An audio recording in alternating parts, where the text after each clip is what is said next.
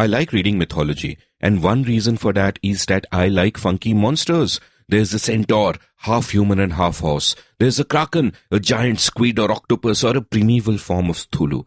There is a manticore with the head of a human, the body of a lion, and the tail of a scorpion. There is a basilisk, a giant reptile that can kill you with a single glance. There is a roc, ROC, a giant predatory bird known for picking up elephants from the ground, dropping them from a height, and feasting on the carcass. Fun creatures, all of them. And hey, all our mythologies and all our monsters are not from the past.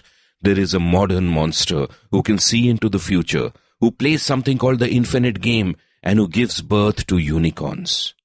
All hail the venture capitalist. Welcome to The Seen and the Unseen, our weekly podcast on economics, politics, and behavioral science. Please welcome your host, Amit Varma. Welcome to The Seen and the Unseen. My subject for today is a world of venture capital in India, but as you would expect, it's actually much broader than that. Good venture capitalists need to have an understanding of the society in which they live, not just at one moment in time, but how it is evolving. They need to have a sense of the human condition, our needs and desires and our problems that need solving. They need to be able to peer into the future, and then they need to put their money where their mouth is. It seems to me that a good venture capitalist needs to be intellectually curious, empathetic, and optimistic. My guest today to talk about all this and more is Sajid Pai, a director at Bloom Ventures, who spent a couple of decades in media, most of their time in the Times of India, before making a leap to venture capital. Sajid is a prolific essayist, and some of his think pieces have caused a fundamental shift in the way that people think about this industry, and perhaps this country. So my discussion with Sajid spanned much more than his investment philosophy or the startup scene here, and I'm sure you'll find it insightful as well. Before we get to the conversation though, let's take a quick commercial break. The world is changing and you don't want to be left behind. One of the most fascinating subjects that I've been trying to learn about is machine learning, and I'd like to recommend an online course that is a perfect primer for this subject. Head on over to the sponsors of this episode, The Great Courses Plus, at thegreatcoursesplus.com, and check out a course called Introduction to Machine Learning by Michael L. Littman. Over 25 chapters, this course demystifies a difficult subject and tells you all about its history, its science, its controversies, and the modern cutting edge. And that's just one of the many great courses on this aptly named site. The Great Courses Plus has a fantastic library of online courses from subjects ranging from music, math, cooking, history, political theory, and much else.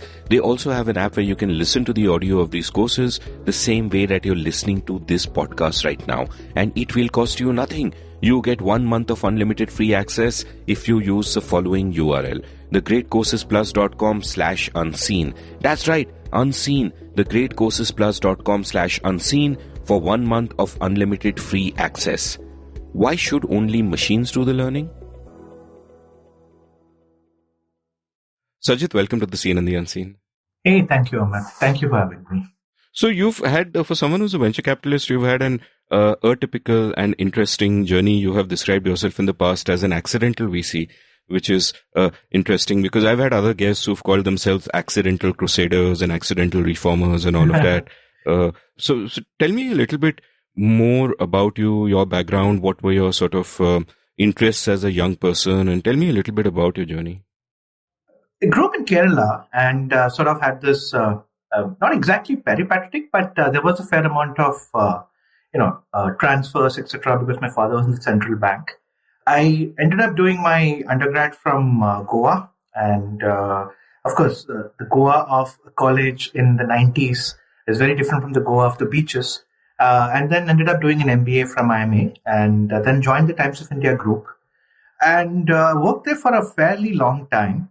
And I think one reason I kind of ended up working there was also an interesting place because hallway conversations were really, really interesting. You got to talk with a diverse set of people. And for a business guy, and I was always on the business side, I got along very well with the edit guys.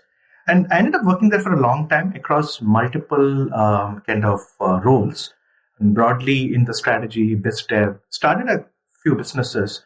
And in fact, the most interesting one was, of course, Times Now.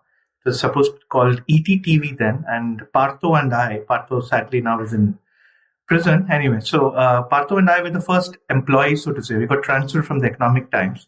And then Arnab Goswami was employee number 5. And I, of course, moved out then briefly to work in another media company where Prakash Iyer was my boss. And after about a couple of years, I joined the Times back.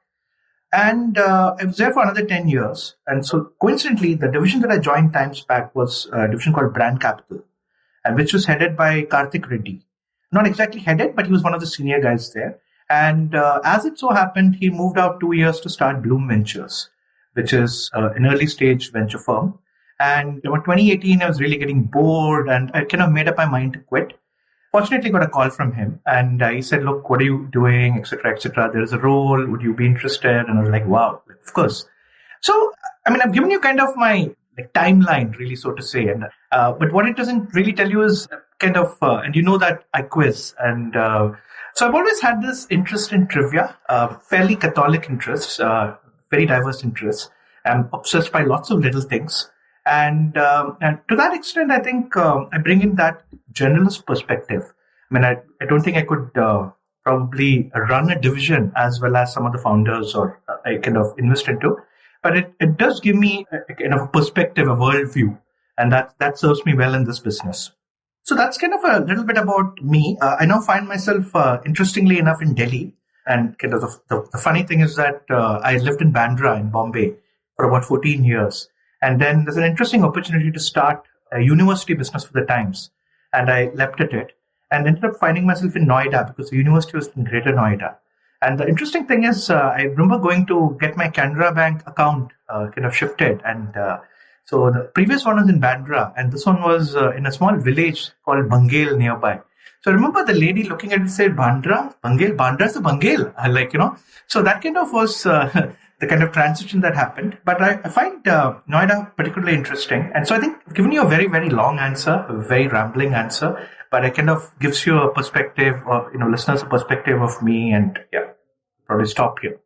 No, it's a delightful answer with many strands I want to follow because our lives are long and rambling. So how could, why should we sort of simplify them? Otherwise, struck by a number of strands. One is you kind of, mentioned at the start that you grew up in Goa, and the Goa where you studied was very different from Goa of the beaches. Yeah. And, in the years that I was a professional poker player, I used to spend tons of time in the offshore casinos there. And so all my friends would see that I am in Goa all the time, and I would tell them that, listen, in these last 4 years, I haven't been to a beach even once because it's a whole different sort of a city. So, one of the things that I was struck by, and this is something that's clear through all your writing, is your intellectual curiosity, that you are always bringing wider frames to bear on in ways that we don't often think of them, which I found extremely fascinating. So here's a sort of broader question I had for later, but since the subject comes up now, I'll ask it. I've kind of noticed that some of the most insightful people on social media that I've come across, there's of course you in India, for example, but also, people like Paul Graham, who started Y Combinator, yep, and so on. Some of the finest insights I have seen have come from venture capitalists or successful entrepreneurs who've then gone on to, fund other businesses and all of that. And what struck me was that, one, I should not be surprised that VCs are more insightful than others because their experience requires them to just look at a variety of businesses from a variety of perspectives and really, understand people and understand society. But also there might be some selection bias at play because the people who make for good VCs to begin with or choose that as a career track might be people who already have those kind of broad lenses and therefore are suited to being VCs and so on. So where do you see yourself in that spectrum? I mean, it would seem to me that since you've, become a VC pretty late, you are already someone who had those sort of broad worldviews which made you a perfect fit. But is there something to saying that it can also work the other way? And is there a sort of an optimal mentality, therefore, that a VC should have or a prospective VC should have? Wow. It's an interesting question. Many facets to that question. Firstly, I'll say that there are many successful VCs who write and who have interesting worldviews. But there are also equally very successful VCs who don't write anything, who don't necessarily express it. And so it is a business which, or success here can't be reduced to a simple heuristic. But there is a strand of VC, and the one reason why VCs do that is to compete for founders. So the one reason I write is to build a personal brand that I hope brings me to the notice of founders. And when they are looking to kind of talk to someone, when they're looking to kind of raise their round, I hope they will reach out to me via an email. So this perspective is important, and this kind of explains to you a lot of this. So it is true that VCs are generally interesting. There's huge intellectual curiosity. There's no doubt about that. That, I think, is the sine qua non of becoming a VC. If you don't have that, it's very hard. It is both a necessary and a sufficient condition. To express that intellectual curiosity through writing, then you're fundamentally competing in the kind of an intellectual marketplace for ideas. And the way it works is so in venture capital, typically in a fund, and let's say in Bloom, there's a $100 million fund and we invest in 25 to 27 companies. Of those 25 to 27 companies, invariably it is 3 to 4 of them that will kind of return most of our money. They bring in like 300% or 400% of the money, and the rest just lose everything that we put in, or almost there. I mean, I'm kind of being very simplistic. So there's a power law to it. And fundamentally, the top 3 or 4 companies are led by great founders. And of course, you're trying to kind of get the best founders to pick you as much. So unlike a lot of people feel that VCs pick founders, in the best deals, the founders are picking the VCs they want to work with because there's so much competition. Look back at all the big deals that happened, Facebook, etc. Mark Zuckerberg decided who's going to come in. And pretty much once in the top companies, the founders are doing the picking. Like Kunal Shah of Credit, who I think if you've not had him on the show, you should have him on the show.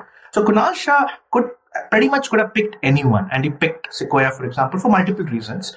So VCs are competing for attention of founders through interesting worldviews and through interesting insights, and they hope the founders will notice. So I belong to that one strand of that VC, who is the content writer, the person who's trying to kind of give out insights, etc. That is kind of one answer to one of the facets of your one. I do believe that historically VC used to be much more of a financial kind of world, in the sense that typically people who are strong in finance and or strong in technical, like understood semiconductors, etc., would typically find their way into it. Typically with a bridge of the two. But increasingly, we're beginning to see very diverse perspectives, and you're beginning to see very interesting people make their way into VC. So VC is getting democratized to that extent. So I don't know if I kind of gave you the exact answer that you're looking for, but yeah, so there we are.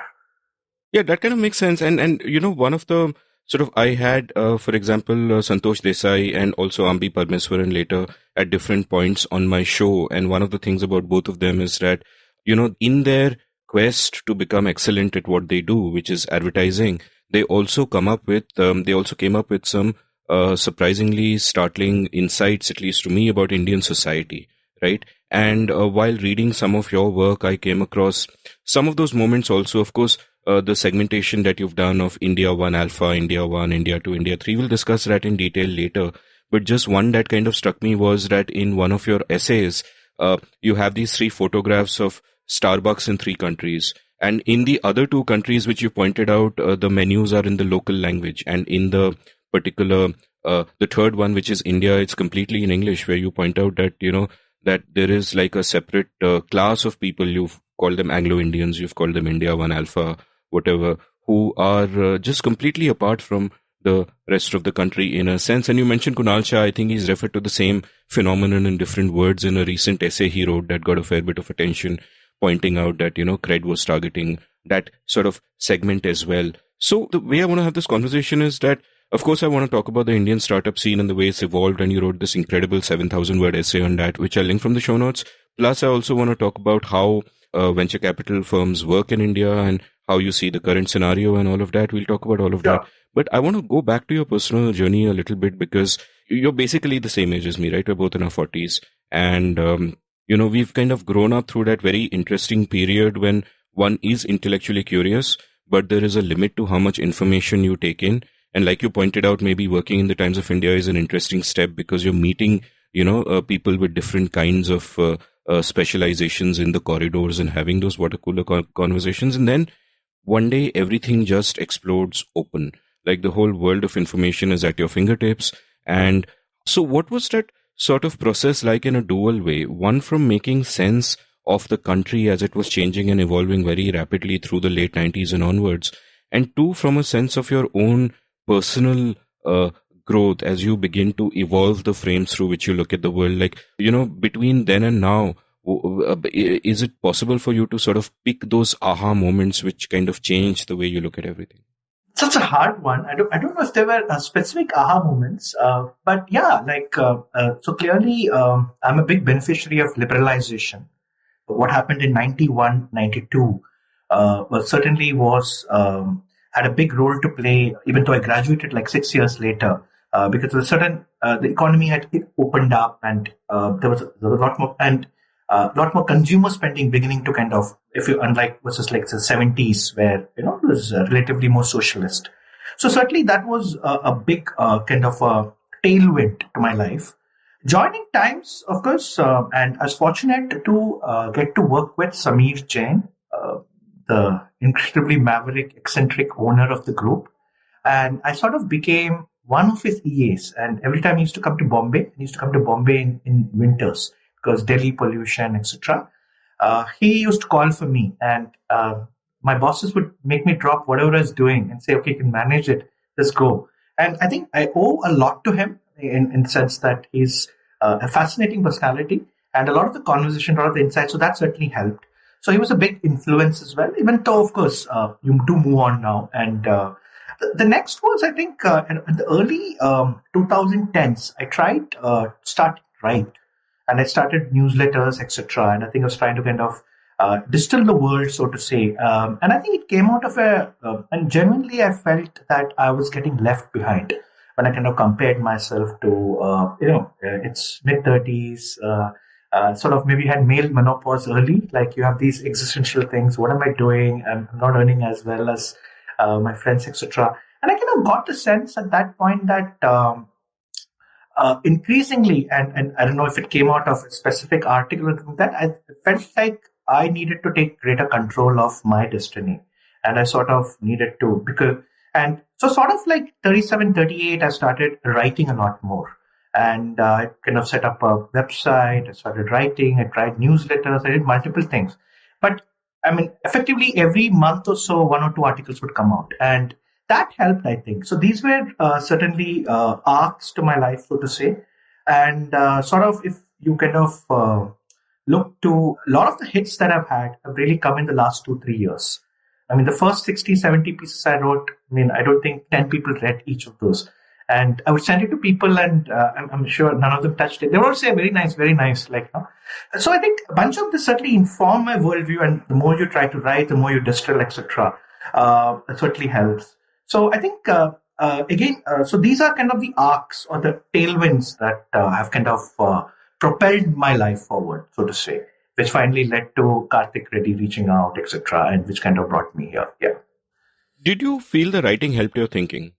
Like I often, for example, in my writing class, which you participated in, in fact, I talk about Orwell's conception of how it is not just the case that a clear thinker is more likely to write clearly, but it is also the case that forcing yourself to write clearly helps you think better. Was that kind of the case with you? That did you become a different person because you forced yourself to write so much? Absolutely. I think that's so true. I don't think I have that quote readily in mind. Now that you've mentioned it, I'll go back and research it and keep it. I do think that writing of a certain kind of quality does help your thinking. So in Ahmedabad, there was a very interesting course. And if you actually go and talk to all the IMA guys, they actually talk to you about this course called WAC, Written Analysis and Communication. All it teaches you, and you actually get grades for that, it's very simple. The trick is that each sentence has to be connected to the previous sentence in the present. That's all. You can actually the writing can be infelicitous, right? It can be very poor. And what surprises you that the people who write the most flowery prose get the lowest grades. And then very quickly you need to go and work out, talk to them, what happened, and you look at patterns, and then you sense that, boss, it actually doesn't matter. You can write in telegraphies, but each sentence has to just connect to that. So that's the first time I kind of felt that thinking, because structured thinking and structured writing seem to be like linked. And certainly in the mid 2010s, I started writing. I could actually see that better writing helped, because there is writing which is persuasive, but there's also writing that is analytical. And when you do analytical writing, you're trying to break things down, etc. Certainly it helps. Writing is hard, it's painful. And I think writing is, so to say, but thinking is even harder. So writing is the medium in which you can do thinking. It's an easier medium than just pure thinking. So I'm kind of envy, and I'm kind of scared by mathematicians, because they have no medium other than like pure thinking, right? So that must be really hard, or maybe even coding. I don't know. But writing is a much more comfortable medium in which you can express your thinking, and I've taken huge advantage of that. And even now, when folks tell me that I want to talk to you for 15 minutes, I just tell them, please write out what you want to. And I have this standard default things I send them, like, that I find that typically writing it out helps you get more clarity. And typically they always turn back and say, hey, thank you for making me do that. So I totally agree with you. And thank you for that quote. I'm going to kind of file that for future. Yeah, I'll send you a few more quotes. Like, I've been adding slides on that theme to my course. So I don't know if you were in an early batch, you might have missed it. But, Joan Didion talks about how she does her thinking by writing. Deirdre McCloskey, the great economist and author, also wrote how writing was an essential part of that. And just an aside for my readers, because this is something that I find myself having to repeat to more and more people, is that what you said about, that no one perhaps read your first 60 pieces and then it's only in the last couple of years that they've started becoming popular, strikes a chord, because one of the things I notice among young people sometimes is that their approach is that they want to start doing something, and if it doesn't work, they want to drop it. And I'm not sure that's a good approach. My advice would be that if you love doing something, you've got to stick at it, because whenever we start doing anything, we will be bad at it. Obviously, you cannot be good at anything from the get-go. And it's just by repeated iteration that you eventually achieve excellence, which is like a non-negotiable. Like I remember this video by the YouTube productivity coach Ali Abdal, guy in his mid-20s, an excellent video where he talks about, he basically reached 1 million subscribers. It took him a few years, but he said that at the end of the 6th month, he had made 2 videos a week, and he'd reached exactly 1,000 subscribers on the day of the 50th video. So if any of us was to, hit that lack of response, we might be disheartened enough to give it up. But he kept on and got to where he is. And his advice was, if you're starting a YouTube channel, just make 2 videos a week for 2 years flat, which is 200 videos, and only then look at the subscriber count, which frankly I think is fantastic advice. So I think people sometimes get, it's incredible that I'm actually saying this to a VC, because typically VCs are considered to think in terms of where are the metrics and show me the progress and all of that. But no, that's a stereotype. We'll get to that. So since we were talking Ali Abdal and productivity, I also want to ask about that, because one of the things that strikes me is that in all your public facing communication, you give your email ID out. And you say, you actually invite people to write to you with ideas or thoughts or whatever that they might have, and you tell them you'll respond to them soon. And you've also elsewhere said that a VC like you has 12-hour days. So, were you always someone who was very organized in terms of work, or did you have to put a thought into how do I become more productive? Because it's something I personally struggle with. So I'm very fascinated by how you managed. Yeah, no, it's a great question. I'm going to enjoy answering this. Because one thing with VCs, other than curiosity, is their obsession with productivity hacks. Because every VC, early stage VCs especially, and so sort of early stage VCs struggle with what's called deal flow. Everybody is trying to reach out to them. Everybody wants 15 minutes, and everybody is like, etc.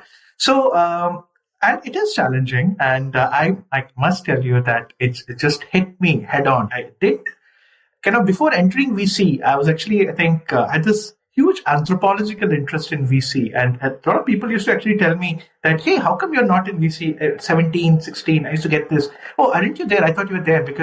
But still, it didn't prepare me for this kind of enormous assault on my time. So typically, email is one challenge. You'll end up clicking email. These days, WhatsApps. And you do stuff like time boxing. That's what it's called, where you have specific hours of the week. But hey, not everything goes according to plan. And I do stuff like today I knew that there were 4 things I had to do. One of which was to send you a particular email, which did get done by like 12 or 2 or something, but it got done. So you need to have a very clear idea of the 5 things you want to do, 3 or 4 things you want to do. But other than that, I think, so you do also need to react a lot. And I think the best thing I've found is the single best advice I've found, and one that it's an advice, but at the same time, it's something that I also worked out myself, was that anything that you need to do, you need to calendarize it. And so that's what I do. I just calendarize everything. And if it doesn't get on the calendar, sadly, it'll not get done. But the challenge is also that you also need to give some free time, time where people can reach you, some serendipity happens, you can read what you want to. So I do plan for that as well. But it is tough. You have all the usual hacks. I have Alfred, for example. It's a life-altering software where with a brief touch, for example, I've kind of a lot of templated emails. So, for example, if somebody kind of writes to me and I have a bit.ly link for certain FAQs and I just type exclamation BI and that just appears and then I just send it off. So a lot of these hacks and different VCs have different things. VCs use Superhuman, which is again a lot of templates. I have a lot of cool Gmail hacks, etc. So time hacking is what a lot of VCs do. You're trying to get more out of it. You're trying to read more. Interestingly, you must hear this, and that I actually pay people. I have 3 freelancers I pay to transcribe podcasts so that I don't have to listen to it. I pay them 200 rupees for 1,000 words. And typically a 50-minute podcast is, it's like 6,000, 7,000 words, and I end up paying them, 1,500 to 2,000, 1,200 to, and I found that that's actually worth it. So I keep doing all of these. It also means that one thing you do lose is serendipity, and you do need to plan for that. That's a challenge, but I don't know if this helps, this answers. Yeah. No, it's fascinating. I'm going to try out Alfred. I haven't used it yet. So, that should be fun. And planning for serendipity is such a nice term also. One can sort of lose track of, those free moments when pleasant accidents happen. So before we sort of get to the startup space, tell me a bit about your time in media, for example. What was that like? Because, I've been a journalist for a long time as well. I used to be. And, one of the things I've realized in all this time is that journalism has changed so completely, and yet most mainstream organizations simply don't realize it, simply don't get it. That especially over the last 10 years, people are filtering content and consuming content and discovering content in completely different ways. Yeah. And yet pretty much all media organizations are stuck in the same sort of ways of gathering information and disseminating information and all of that. So what was your time in media like? How did you see that space kind of evolve? And what do you think of when you look at the Indian media ecosystem today? So I worked in the Times late 90s, but 2002 was when I joined the Economic Times. I was in the music business before that. And so 2002 to I think late 2018, 16 years, I saw Indian media. And I worked for a long time in print. I did work in other divisions, but print was where, and because Times of India made a lot of its money from print. I do feel that Indian media is historically, I think, it has systematically seen erosion of talent.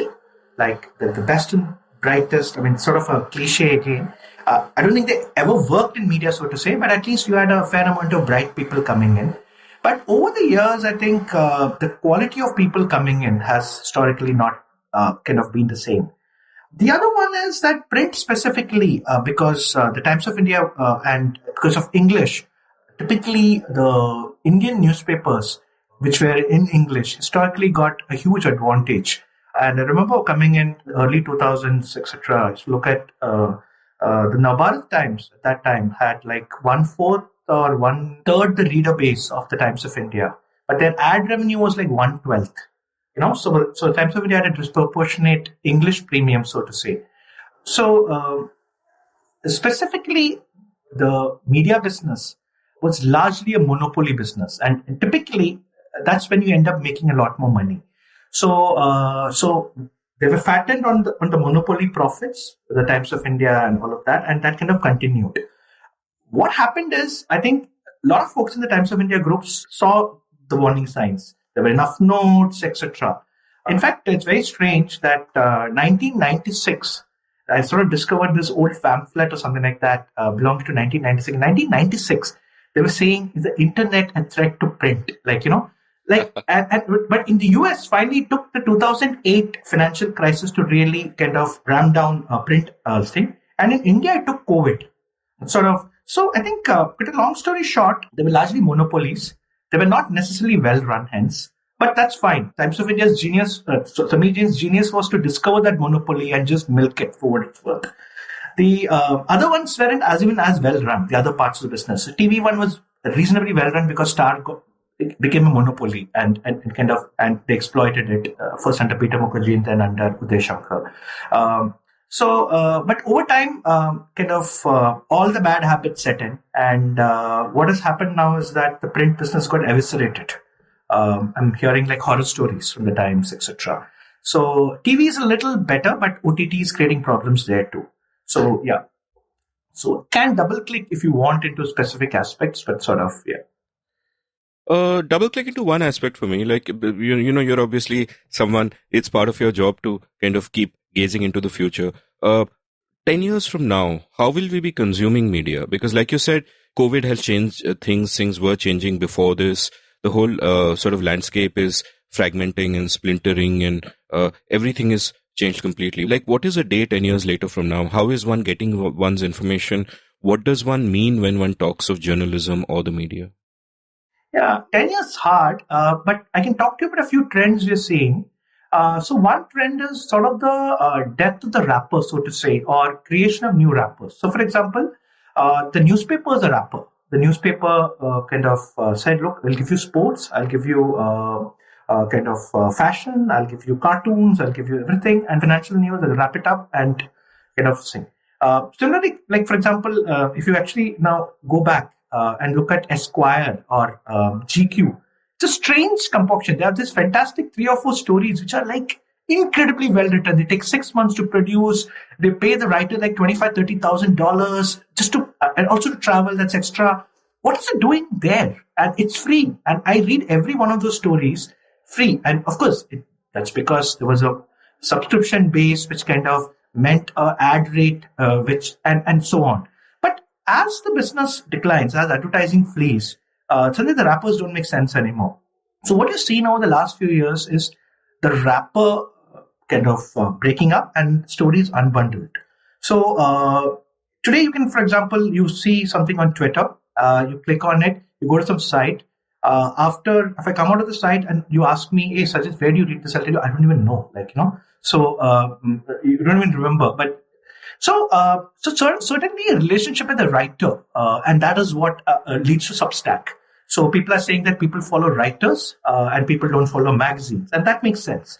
But they're also very interesting. So one trend in Substack is like the new magazine. So there's a very interesting product called Every, EVRY. They actually call them the collective of writers or journalists who are making a new magazine.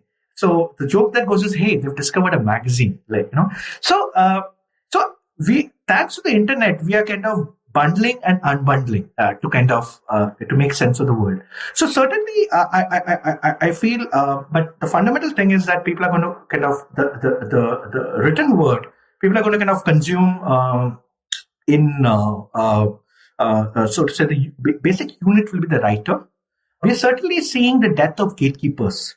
Again, you know about the tech versus media battle that's going on, Balaji versus everyone, Great fun, yeah. Yeah, it's great fun.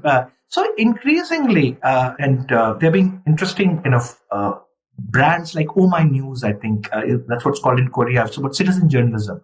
So we're going to see more and more vehicles which make more and more of us writers and producers. Not necessarily text, but it could be multiple things. And that's a trend we're seeing as well. More and more creators and without editorial gatekeepers. And if you look at TikTok, if you look at in India, Chingari or Josh or whatever you call it, you're really seeing those folks. I also feel that I think it's called the Gutenberg parenthesis, or if there's maybe a better word, but the fact that historically we're all about orality, culture of orality. But Gutenberg meant that we became word first. And so we're likely to see kind of a lot more innovation, and Clubhouse is one, but there'll be many more around audiovisual media, So sort of what McLuhan said, and he's an interesting one to look at, the shift from hot to cold. So we're actually going to see a lot more cold communication. And if print is largely hot because there's no context loss when you read print. But we're going to see a lot more kind of stuff in memes and cartoons. If you look at it, the most critical part of the Times of India is Sandeep Advaryu, the cartoonist. Because, and that's where today, to actually see what the journalists think and what the liberal folks at the Times think, go to his cartoonist son on Twitter and see what he is. It is brutal. But the entire Times of India, the way it reads, because the owners are looking at it, it's very tame. So today, as we kind of enter this really strange world, I think a lot more communication is going to go to memes. It's going to go to like cartoons and stuff like that, as opposed to the word, which can be actually reduced to something very cold and people can actually poke holes. So this is sort of what kind of feel. I kind of give you more trends there, but to probably summarize, oral, memes, the wrapper being broken up and maybe rewrapped. Yeah, no, that's fascinating. And just kind of thinking aloud from sort of my own learnings over the past few months, on the one hand, it's very hopeful that the creator economy has bloomed, that creators no longer have to depend on platforms or advertising and they can reach readers directly. And Substack is, of course, one way of doing that. And you can reach what Kevin Kelly called your 1,000 true fans. But on the other hand, the flip side of it is that that's true for creators who've sort of, who in a sense are the top 1% of creators, people who've kind of built a brand for themselves, even someone like me that I'm fortunate to be in a position after all these years where I have the kind of brand that I can, monetize that a little bit. I'm thinking of the young people starting out and the average person who is discovering news. Now, from the point of view of the young person starting out, at least for all its flaws, what the earlier system gave them was that there was an institution where you could join, where you could imbibe certain values, that this is how you do editing and this is how you do fact checking and all of that. And this is how you do reporting and all of that. And there is that institutional structure which gives them all of that, which seems to me to be a good thing, because then there is a structured way in which they can grow rather than necessarily have to be self-motivated and find their own way. Because the incentives of being a creator who nobody knows is that you have to do things to somehow get noticed and to stand out. And those might not necessarily be the best incentives towards personal intellectual growth. And the other aspect of it is that, in the sense that earlier there was a consensus of the truth. You read every day the Times of India is coming to your home, or the New York Times, depending on where you are. And, it might have one slant or the other. NYT might be slightly left. WSJ might be slightly right. And both of them were only that on their opinion pages. The reporting has, certain standards, and there is a broad consensus on the truth. Today, there's nothing. Today, it's you believe whatever narrative you want. All your information is through discrete links on social media. And, we've seen the worst of Twitter, but, whatever I hear about these alternative WhatsApp universes is completely crazy. And like you've pointed out in one of your very insightful comments that you've made on this YouTube talk you gave, which I was watching, where you divided India 1, India 2, India 3.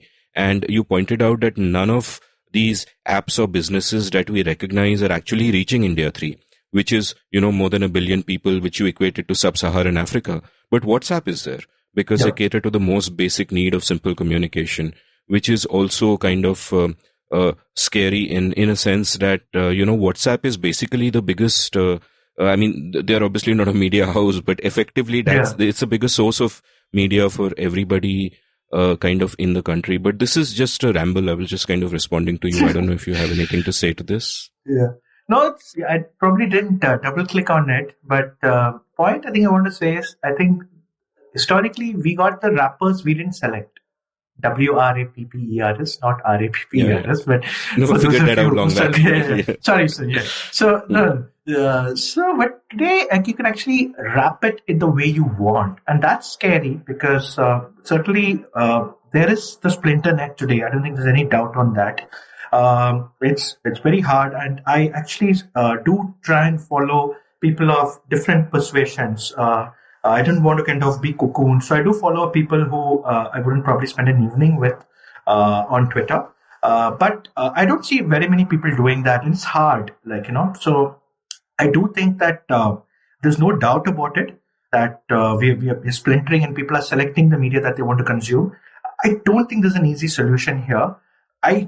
Historically, I think the US kind of platforms, largely US, but also China, have said, look, it's user-generated content, and the Section 230, which says we're not really responsible for it, etc. But I think that kind of works in a context where it's a country where they've had their first amendment in where was the 19th century was about freedom of speech, whereas our First Amendment was actually curtailing the freedom of speech in the 1950s, etc. So they're very different countries, and they have the institutions which can can handle this, but we don't have those institutions, right? And which is why WhatsApp, for example, actually had to create friction in its product. If you actually see in the US, you can actually forward it, I think, to multiple people, whereas in India and some other countries, like maybe in Africa, because of how rumors can spread, you can only forward it to 5 people. So it's the first time when a product had to go back and change features to create friction, So, and there is this joke that I say that, hey, all of these platforms said, user-generated content, we don't need editors. But hey, all the editors that you lost in user-generated content, you spend on the moderators that you need now. And TikTok has some 40,000 moderators apparently, filtering out in China. It's called Douyin there, everything from child porn or whatever it is to, references to Tiananmen or whatever. So I think these trends are there, and I don't think there are easy answers. And you can actually see some of those tensions come to light. Yeah. So, yeah. And one ramble to your ramble. So, yeah. Yeah, no, this is a show of rambles, as it were. And of course, you won't be listening to this episode. You'll be reading it once you get it transcribed. So, which is fascinating. And the other thought that strikes me, and again, just a ramble, I mean, you mentioned tech versus the tech media war, which is kind of happening. And there I'm completely on the side of the tech guys, because it seems to me that the big media there, which covers tech, does not get it at all. They are completely clueless. And there's a word for this particular syndrome. I've forgotten what it is. Maybe you'll know it, but I think it's a 3-word term, and the last one is amnesia, where essentially what happens is that when you read a media story on something, on a subject that you know a lot about, you realize how bad it is, because it is, of course, written by a generalist. But when you read everything else in the newspaper on subjects you don't know about, you assume that it is the truth. It is the word of God. Yeah. Without realizing that if these generalists have so badly messed up a subject that you know so well, then chances are they've messed up everything. Yeah. And from whatever subjects that I might know, whenever I read media coverage of that, whether it's, poker or podcasting or whatever, and I'm like, oh my God, and at least an honest journalist will get a lot of quotes from specialists and, will not try to make too many assumptions themselves. But otherwise it is so messy. And the delightful thing about, what the internet did was that it made so many specialists available to us. So we don't have to listen to these generalists. We can just go straight to this specialist, and therefore have someone like you explain the VC business to us instead of some random journalist who's researched it for 2 hours. So, I think it's time to kind of move on to that part of the show. Sure, but before we do that, let's take a quick commercial break. On the Seen and the Unseen, I often speak about positive sum games. Well, if you want to be surrounded by beauty and you love fine art, I have a win-win proposition for you. Head on over to IndianColors.com. Indian Colors licenses images of fine art from some of the best contemporary artists in India and adapts them to objects of everyday use like tote bags, pouches, and home decor items. You get to surround yourself with the finest modern Indian art at affordable prices, and artists get royalties for every product you buy. Win-win game. The Indian Colors new range is in and includes elegant yet comfortable dresses for women and casual shirts for men, with standout motifs by artists such as Tanmoy Samunta, Manisha Gera Baswari, Shruti Nelson, Pradeep Mishra, and Jaideep Mehrotra. Stay home, but dress smart. And if you're missing your friends in these lockdown days, worry not. You can show them you're thinking of them by buying gifts for them from Indian Colors. Corporate gifting is also available. So head on over to IndianColors.com, that's colors with an OU, and make art a part of your life. And hey, for a 15% discount, use the code UNSEEN. That's right, UNSEEN for 15% off at IndianColors.com. Welcome back to the Scene and the Unseen. I'm chatting with Sajid Pai about a whole bunch of things, but about the venture capital ecosystem in India, something that he's been observing keenly for a long time and has only recently joined. And he wrote this superb 7,000-word essay, which I'll link from the show notes, about right from the origin story in 1985 all the way to the different waves: the first wave, the second wave, the third wave, and so on and so forth. So tell me a little bit about sort of the origin of venture capital in India. The mid 80s is really where it all started. And really, the term, I don't know if the term venture capital was very popular then. It sort of was called risk capital. And the ICICI had a small unit which kicked this off. I think it was probably called risk capital. And it wasn't even the typical VC as we know it, in the sense that they kind of invested. They had a kind of a quasi-debt product, which I write about. And then a bunch of those folks kind of moved out to start what became TDICI, Technology Development and Investment Company of India, which today is actually ICICI Venture, which is not exactly, even though the name is Venture, it's a more of a late-stage investment firm. But really, the late 80s, with the start of TDICI, is really the origin of the Indian venture capital as we know it. So businesses like Mastech Software, Kale Consultants, are all businesses that today exist because of venture capital. Fortunately, they didn't invest in TCS, which was incubated by the Tatas. Infosys, they didn't, and not even Wipro. So they missed the big three, but they got a few of the others. I think the most famous might well be iFlex, which I think I missed out in my piece. But later on, a reader wrote to me and said that probably was said. And I said, oops, yeah, that's true. So that's when it started. And through the 90s, nothing really much happened in India. But in the US, the late 90s was when the internet revolution really began. Amazon was 97, and there were all of this e-commerce boom, which all to kind of go bust. But late 98, 99, people got excited in India. And that's when there was a mini boom in venture capital. But after the crash, they all kind of left the country. A few remained. And then slowly in the mid-noughts and the late noughts, some of the companies that we kind of know founded. So Make My Trip, Paytm, Redbus, Naukri, they all kind of originated in that period. And slowly and steadily, a small flourishing venture capital industry kind of originated. And in my essay that I write about, I talk about the waves of venture capital and sort of talk about wave 0 being up till 2004. Then 2004 to 10 was the second wave. And then thanks to Flipkart and a few of the others, we had the wave 2, as I call it. And that's when I think we started seeing headlines about big funding rounds, etc. So all of our memory of venture capital really comes from that wave of Flipkart and Myntra and Amazon launching and the competition. And the last few years, I think I do call it wave 3. It's kind of a new wave, which is like mobile first companies, and that's Unacademies of the world. Even ShareChat, for example. So these are all companies that are really beneficiaries of the Geo kind of launch and Geo democratizing internet access to India too. So, 2015-16, it's only people like us who use internet, mobile internet. It's very expensive. And 2016 is when everybody started consuming content, drivers, plumbers, carpenters. And that meant an explosion in content consumption, and a wave of startups came to kind of that. So that's sort of the history of the Indian venture ecosystem. But it's interesting, and I kind of look at different countries, and I do feel for the income level that we have, $2,000 per capita. Of course, a lot of us are 5x, 7x that. We have an oversized venture industry.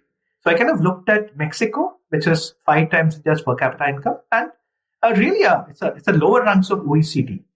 I looked at Turkey, $8,000 per capita income, and all of us, when you go to Turkey, feel like it's almost like Europe. Of course, we go to Istanbul, and we don't necessarily go to the poorer parts. But when you look at, for example, India, in the Indian venture capital industry, I found was 22x that size.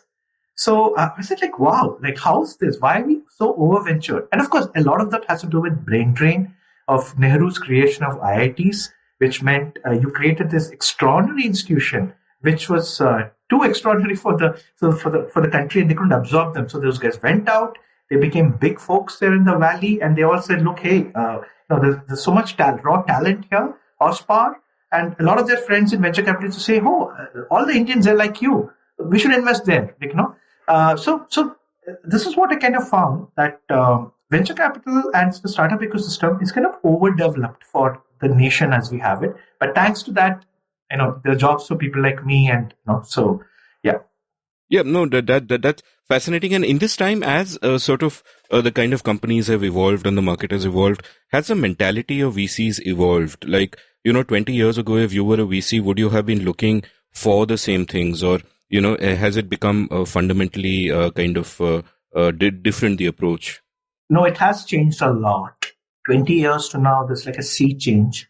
There's a lot of change in the stake that we take, for example, how we work with top quality, the founders, in terms of what we're looking for.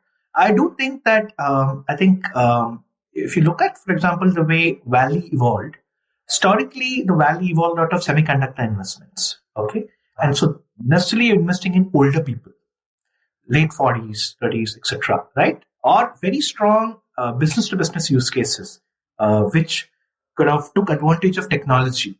But it's really this cult of the young 20s, early 20s, engineering grad dropout, all kind of began like in the late 80s. Bill Gates and of course there have been dropouts ever since, but Bill Gates, Steve Jobs, etc., those were exceptions. Vast majority was really experienced, seasoned founders, because you needed to know your technical chops, you needed to work with those customers, understand those problems. Today, for example, what's happened is thanks to AWS, 2006, thanks to the rise of software. So you don't necessarily need to build all of it yourself. You can use APIs. So like, for example, just to readers, that in Uber, for example, all the SMSs are sent through a service called Twilio. All you need to do is, your engineer needs to know which APIs to connect, and it's done. So as a result of AWS making it, you don't necessarily need to set up your own data rack or anything like that. Your server space, you can just take AWS and start off, or Google Cloud, etc. Ready access to software tools, open source software, etc. It's become easier for two kids out of college or thing to kind of come and start. So and this started in the US and it's come to India. And so I would say that a lot of the founders that we're looking at are today young, are in their 20s. They do have insights into certain tech, but they're not necessarily the deepest. Certain B2B founders tend to be older, but a lot of the consumer tech founders are younger. The way we have kind of evolved in venture capital and is changed as well. We play what are called long games, because and this wonderful book, Long or Infinite Games, by James Cass, called Finite and Infinite Games. And if you actually see venture capital, it's an infinite game, because you're fundamentally, when you partner with a founder, you try not to take as much stake as possible. It's very interesting. So I kind of read valuation things when I'm writing this piece on valuation now. And when I read, for example, Ashwath Damodaran, I find it like obviously, I don't think he spent time in the industry as much. So if we try not to take a lot of stake, because we know we got to leave it for the next round, or we need the founder to have incentives. So we're kind of saying that, hey, what does it take to keep him or her motivated, the founder, for the next round? We're thinking of, okay, how do we get the next round investor excited? So we're playing, and what happened, and we don't, for example, punish the founder if things go bad. In fact, there is very little stigma to failing, and that's come to India as well. We are actually investing now in founders who have failed, So, and I sort of find these things fascinating. And if I were to go back in the late ones, India at least was a very different ecosystem. I don't think we respected these things. Even in the US, for example, this intense founder friendliness, this desire to kind of display this infinite game, a lot of the realization has come out of their experience and of having done this. So these are some of the changes that have happened in the industry. I certainly think the power balance has shifted to the founder now. immensely. And the good VCs recognize that and they tailor their strategy for that. The bad VCs, of course, get selected out of the business. Yeah. That's fascinating. Now, before we go on to talking about some of your insights from that piece, particularly the forcing functions within India, as you call them, and so on, what you wrote about India 1, India 2, India 3, and India 1 Alpha, to be a fascinating frame, which I think is essential before one begins talking about all of this. So tell me a bit about these different categories and sort of how you came up with them. Yeah. I don't think it's original. So I came across the term India 1 and India 2 in Kishore Biyani's book, It Happened in India. And then I think before me, Harish Chawla wrote about this. But I do think that when the startup industry talks of India 1, India 2, India 3, they kind of refer to my framework because I did put a lot of data into it. So I looked at a bunch of reports and I kind of came up with this insight that everybody talks about India as this one monolith, the exciting lure of India, 400 million middle class. And I found there's nothing like that. Every time I was talking to founders, and I kind of wrote this as the entire interview process with Bloom was working and I was looking at it, every single app, every single product in India would kind of hit this 8 to 10 million user milestone and just fall. So I said, what's happening here? And all the VCs I just talked to, they say, "Itna hi hai market. Now, this is the real market." And sort of it's not like the VCs didn't know it, but I kind of gave it this framework and I kind of articulated what they had all internalized. And what I said was there are three Indias. There is the India of you and me, people who use smartphones, who live in 2 BHKs, etc. Of course, there's a rarefied version of that. People who use Apple, Netflix, Starbucks, etc. So that I call India 1A. India 1, I said, is about 100 million, about 20, 25 million households. And their per capita income is like $10,000 roughly. And roughly, I said this is like a Mexico, 1 trillion GDP, etc. And increasingly, all of the internet spends were coming out of this segment. Thanks to Jio, something called India 2 had emerged. And India 2 is a world of our drivers, our plumbers, and people who... And when I say India 2, it doesn't mean that India 1 is Bombay and India 2 is Meerut. No. Every city has an India 1, India 2, India 3. There is an India 2 in Kanamar Nagar in Bombay or Dharavi. There is like an India 1 in Bandra, India 1A probably in Bandra West or Cuff Parade or whatever we call it. And India 3, of course, is not even on the internet, for example, or slowly just getting there. The number keeps going down. And I said that there is 100 million in India 1, and that's like $1 trillion of GDP out of the $2.5 trillion GDP that we have. And this is about kind of just under 10% of the population. India 2 is maybe another 8-10% of the population, but the per capita income is like 1/3 or 1/4 of India 1. So I kind of called it like a Philippines. And finally, I said India 3. This is really people who have less than $1,000, but that's a huge number. So it kind of adds up to about $1 trillion. And this I said is like sub-Saharan Africa. And it's sort of a metaphor which I think for a framework which resonated with a lot of people. And the story was kind of very popular. And I think I said the real challenge is that for the Indian industry to evolve, India 1 is who pays your bills. But India 2 is what everybody's betting on, that the market of India 1 and India 2 will merge.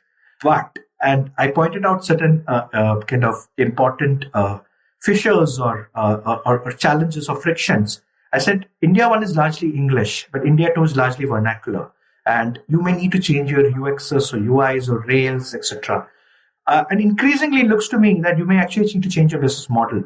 A lot of the companies that are coming to cater to India 2 are very different in DNA from India 1 companies. And increasingly it looks to me that there is a real market, comfortable market for India 1A, where they launch in India 1A, they kind of get a sense of this thing and they can quickly expand to the US. We're beginning to see a lot of interesting startups which launch in India, just kind of suss the market and then expand to the US now. So this is sort of the framework, and I can double click more if you want, but this kind of gives your listeners a sense of the lay of the land, so to say. Yeah. Yeah, I'll ask you to double click in different directions, but before that, I wanted to double click in a direction which you didn't actually mention in your essay, and I wonder if, or in the multiple pieces you've written on this, and I wonder if you have any thoughts on that, which is, I'm just wondering at how this division would have played out in terms of numbers around liberalization. Like what happened, what were the transitions, and at what speed are people from India 3 coming into India 2? I mean, that's what we would like to see happening at the very least. I mean, to think that 80% of our country is sub-Saharan Africa like is depressing. It's something that, people like you and me, certainly people like me who live in a bubble, we ignore it. It's invisible. And so what are those long-term trends? What happened after liberalization? How big was India 1 then? How big was India 2? And what have been the trends over time? Did you have a sense of this? I don't know if I could specifically have liberalization post-liberalization data, but I can point to one interesting fact is that we haven't expanded India 1 as fast as we should. A good proxy for this is car sales. What do we even talk about environment, etc.? End of the day, a great proxy for middle classness or wealth, whatever you call it, is cars. And India is actually a very tiny car market. And you can actually look at the number of cars that are driven in India and the size of India 1 household. It's a close enough proxy. Early 30 millions, late 20, no. Why isn't it growing?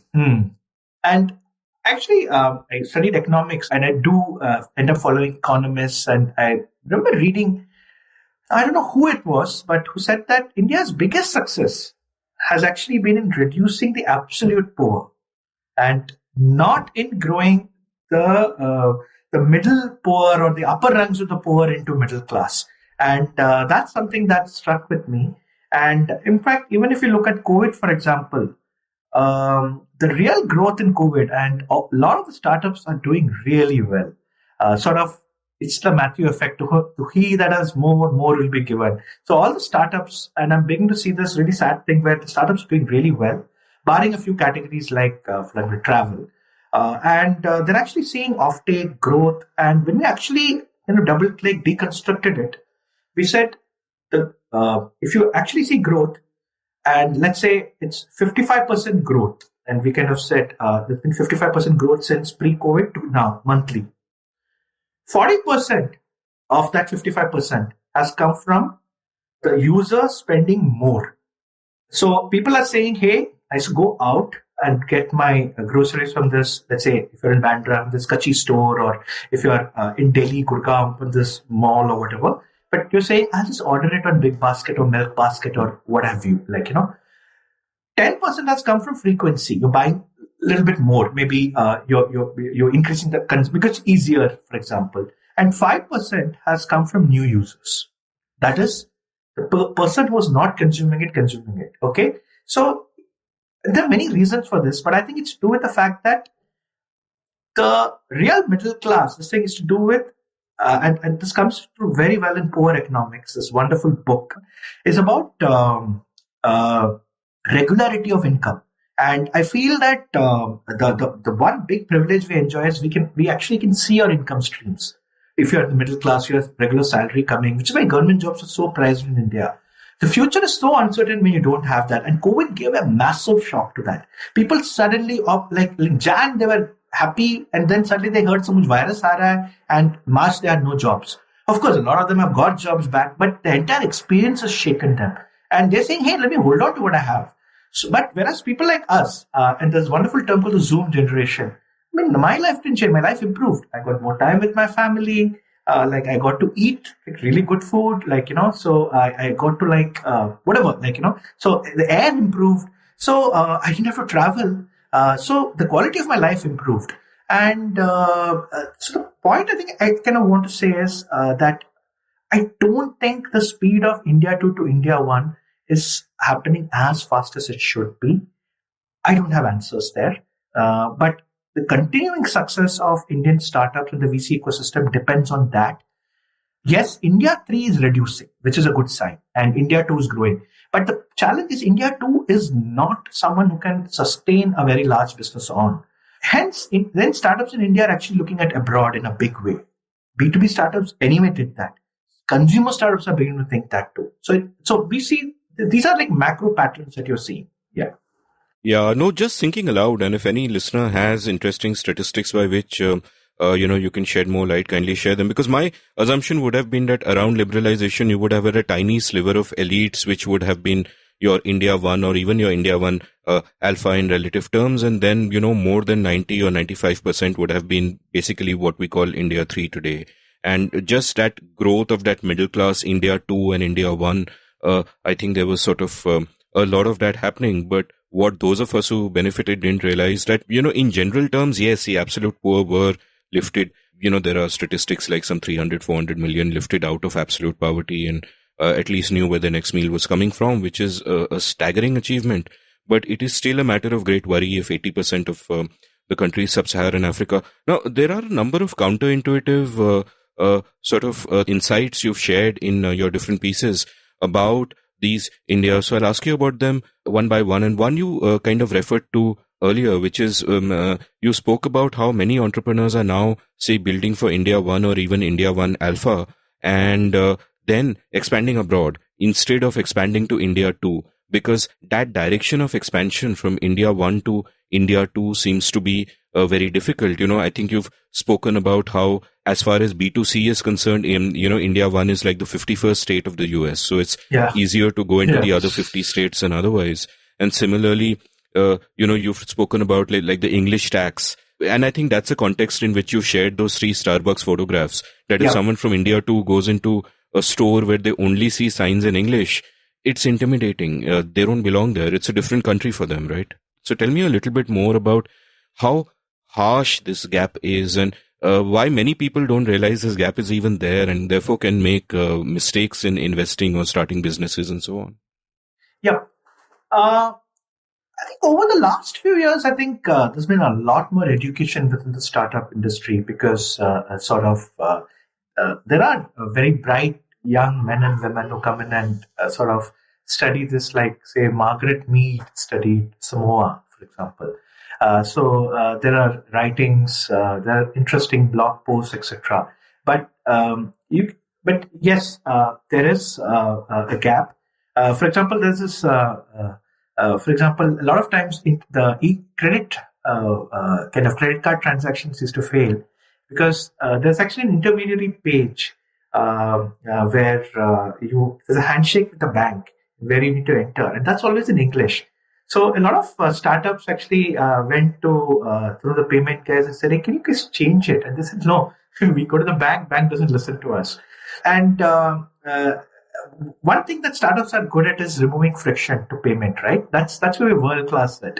That if there is friction, we try and find ways to remove it, reduce it at least. And one way in which we've tried to kind of do that is looking at vernacular, and there's been interesting learning. So it is entirely vernacular app is actually not needed. Apparently, Indian readers, they have an intuitive sense of what this English word means, etc. And to my dismay, and I was like this big proponent, I got a lot of interesting product managers and designers saying that, hey, English apps work if it's in English, but there are certain things that you need to do to kind of give them comfort. Like, for example, some of the iconography, like a shopping cart. It's a very Western concept, right? So, I mean, we probably have taken those design rails and kind of used in India. You probably don't need to. And there's this very interesting piece I read in, I think that a lot of the people, the search bar, for example, is magnifying glass is a symbol that a lot of Indians don't relate to. People just didn't know what it meant. Some people thought the ping pong bat, whatever. So I think the big learning for me is that it's not so much English, and I kind of railed a lot about that, but it's sort of about English design rails, so to say. And that's sort of the need to kind of rethink those rails from a kind of one.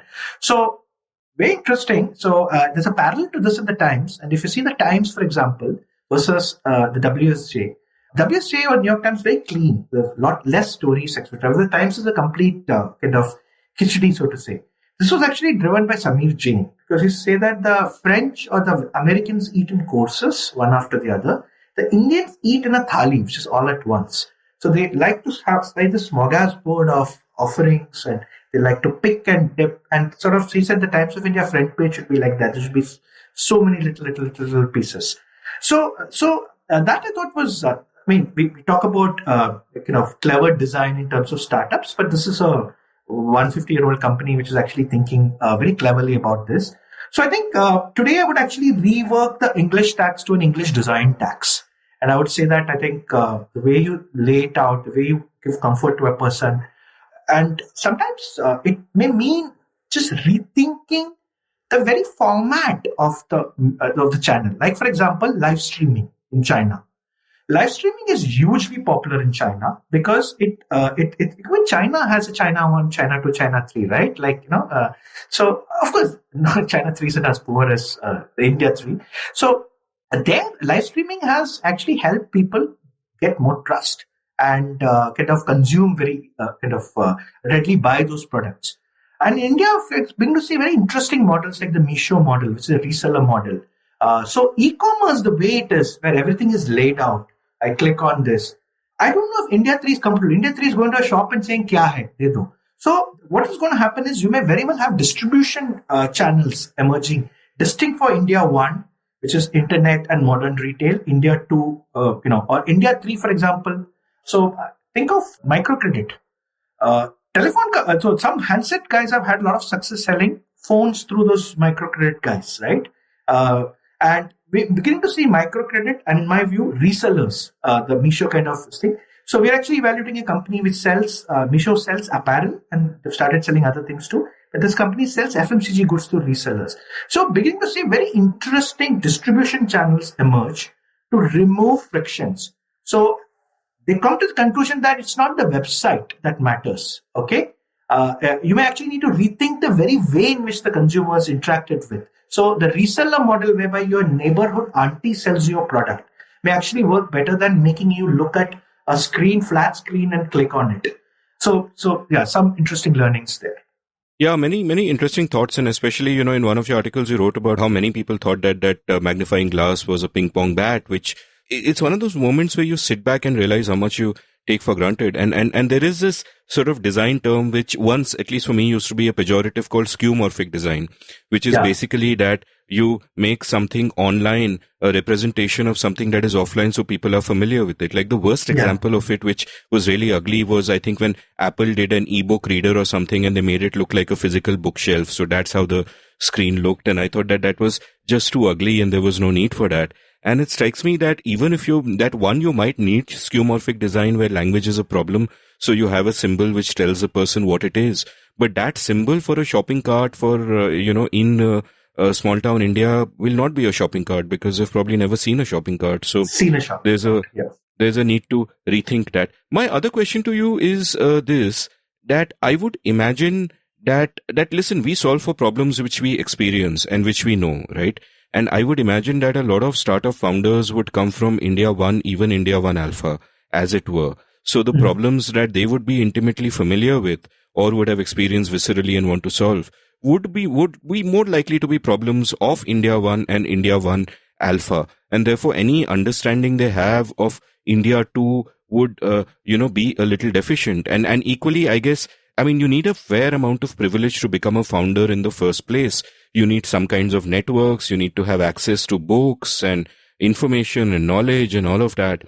So as a VC, when you're looking at founders, is this something that bothers you, that you wish you had a way to get past? Or is it the case that there are India 1 founders who have the humility and who apply themselves to these problems?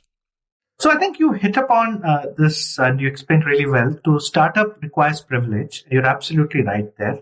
I don't think startup is something where you should get into if your family is worried about the next paycheck. And certainly the founders that we have are certainly privileged in every sense, socially, economically, education, of course. That said, they do come from diverse backgrounds, and a lot of them have the India 2 founders, and there's a fascinating India 2 startup which caters to farmers called Jai Kisan in our portfolio, and the founders are the one is a Filipino and the other is a South Bombay, pure South Bombay, and so Arjun. And they both met at Texas A&M and they kind of wanted to start this up. So you get very interesting kind of these pattern busting kind of founders as well.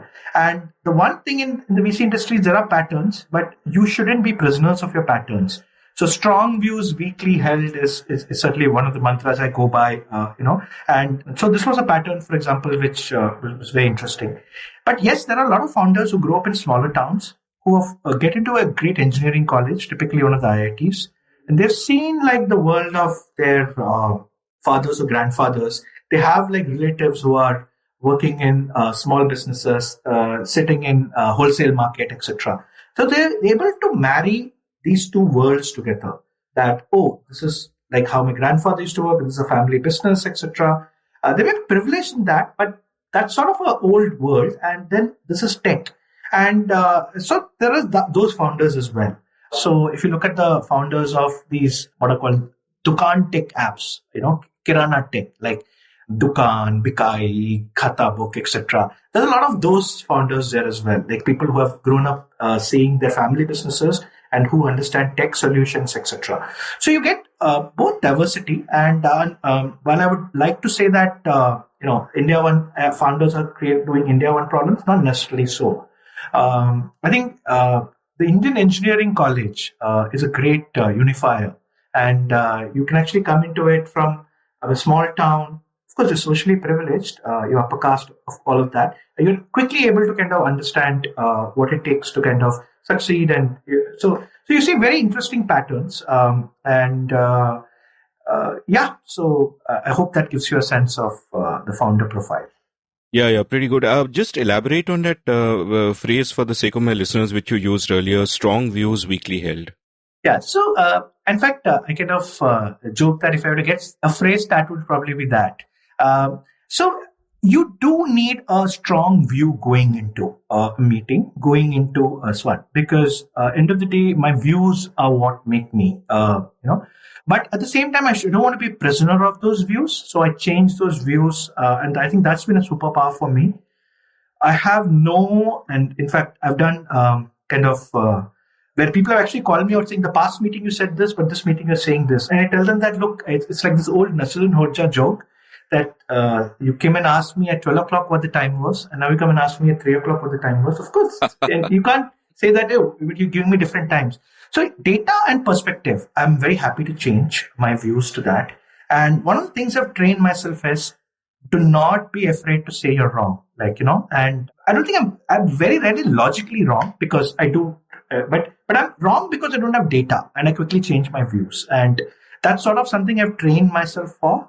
And I think that helps. So, and I've kind of interesting, I remember reading Taleb, and Taleb talks about this very interesting George Soros story about George Soros talking to someone saying that, hey, he said the dollar will fall, and I'm betting everything the dollar will fall. And next day the dollar rises. And so the person who was talking to George Soros says, hey, George, you get wiped out. He said, no, I changed my strategy entirely. He said, why? What happened? No, I spoke to you, and after that I felt like I was wrong, and I went and kind of did that or something like that. So I think this is a key requirement in our industry, that you do need to have a forward-looking thesis, but you do need to have the humility to kind of revisit that, because you don't have all the data. End of the day, founders have much more data than we have. If you're on the ground, and things change, right? So there are a bunch of things that have changed, and I've had to kind of revisit my views. For example, very early on, very interesting, that White Hat Junior kind of reached out to us. And there are multiple reasons, but one reason where we're not as strongly committed to that deal was we felt, who will look at coding in India? Coding is so small and very India 1A, and how will it expand beyond this? But what we didn't factor in was the momentum of those early wins. And COVID, of course, gave it the joke is, gave it pandemic market fit more than product market fit.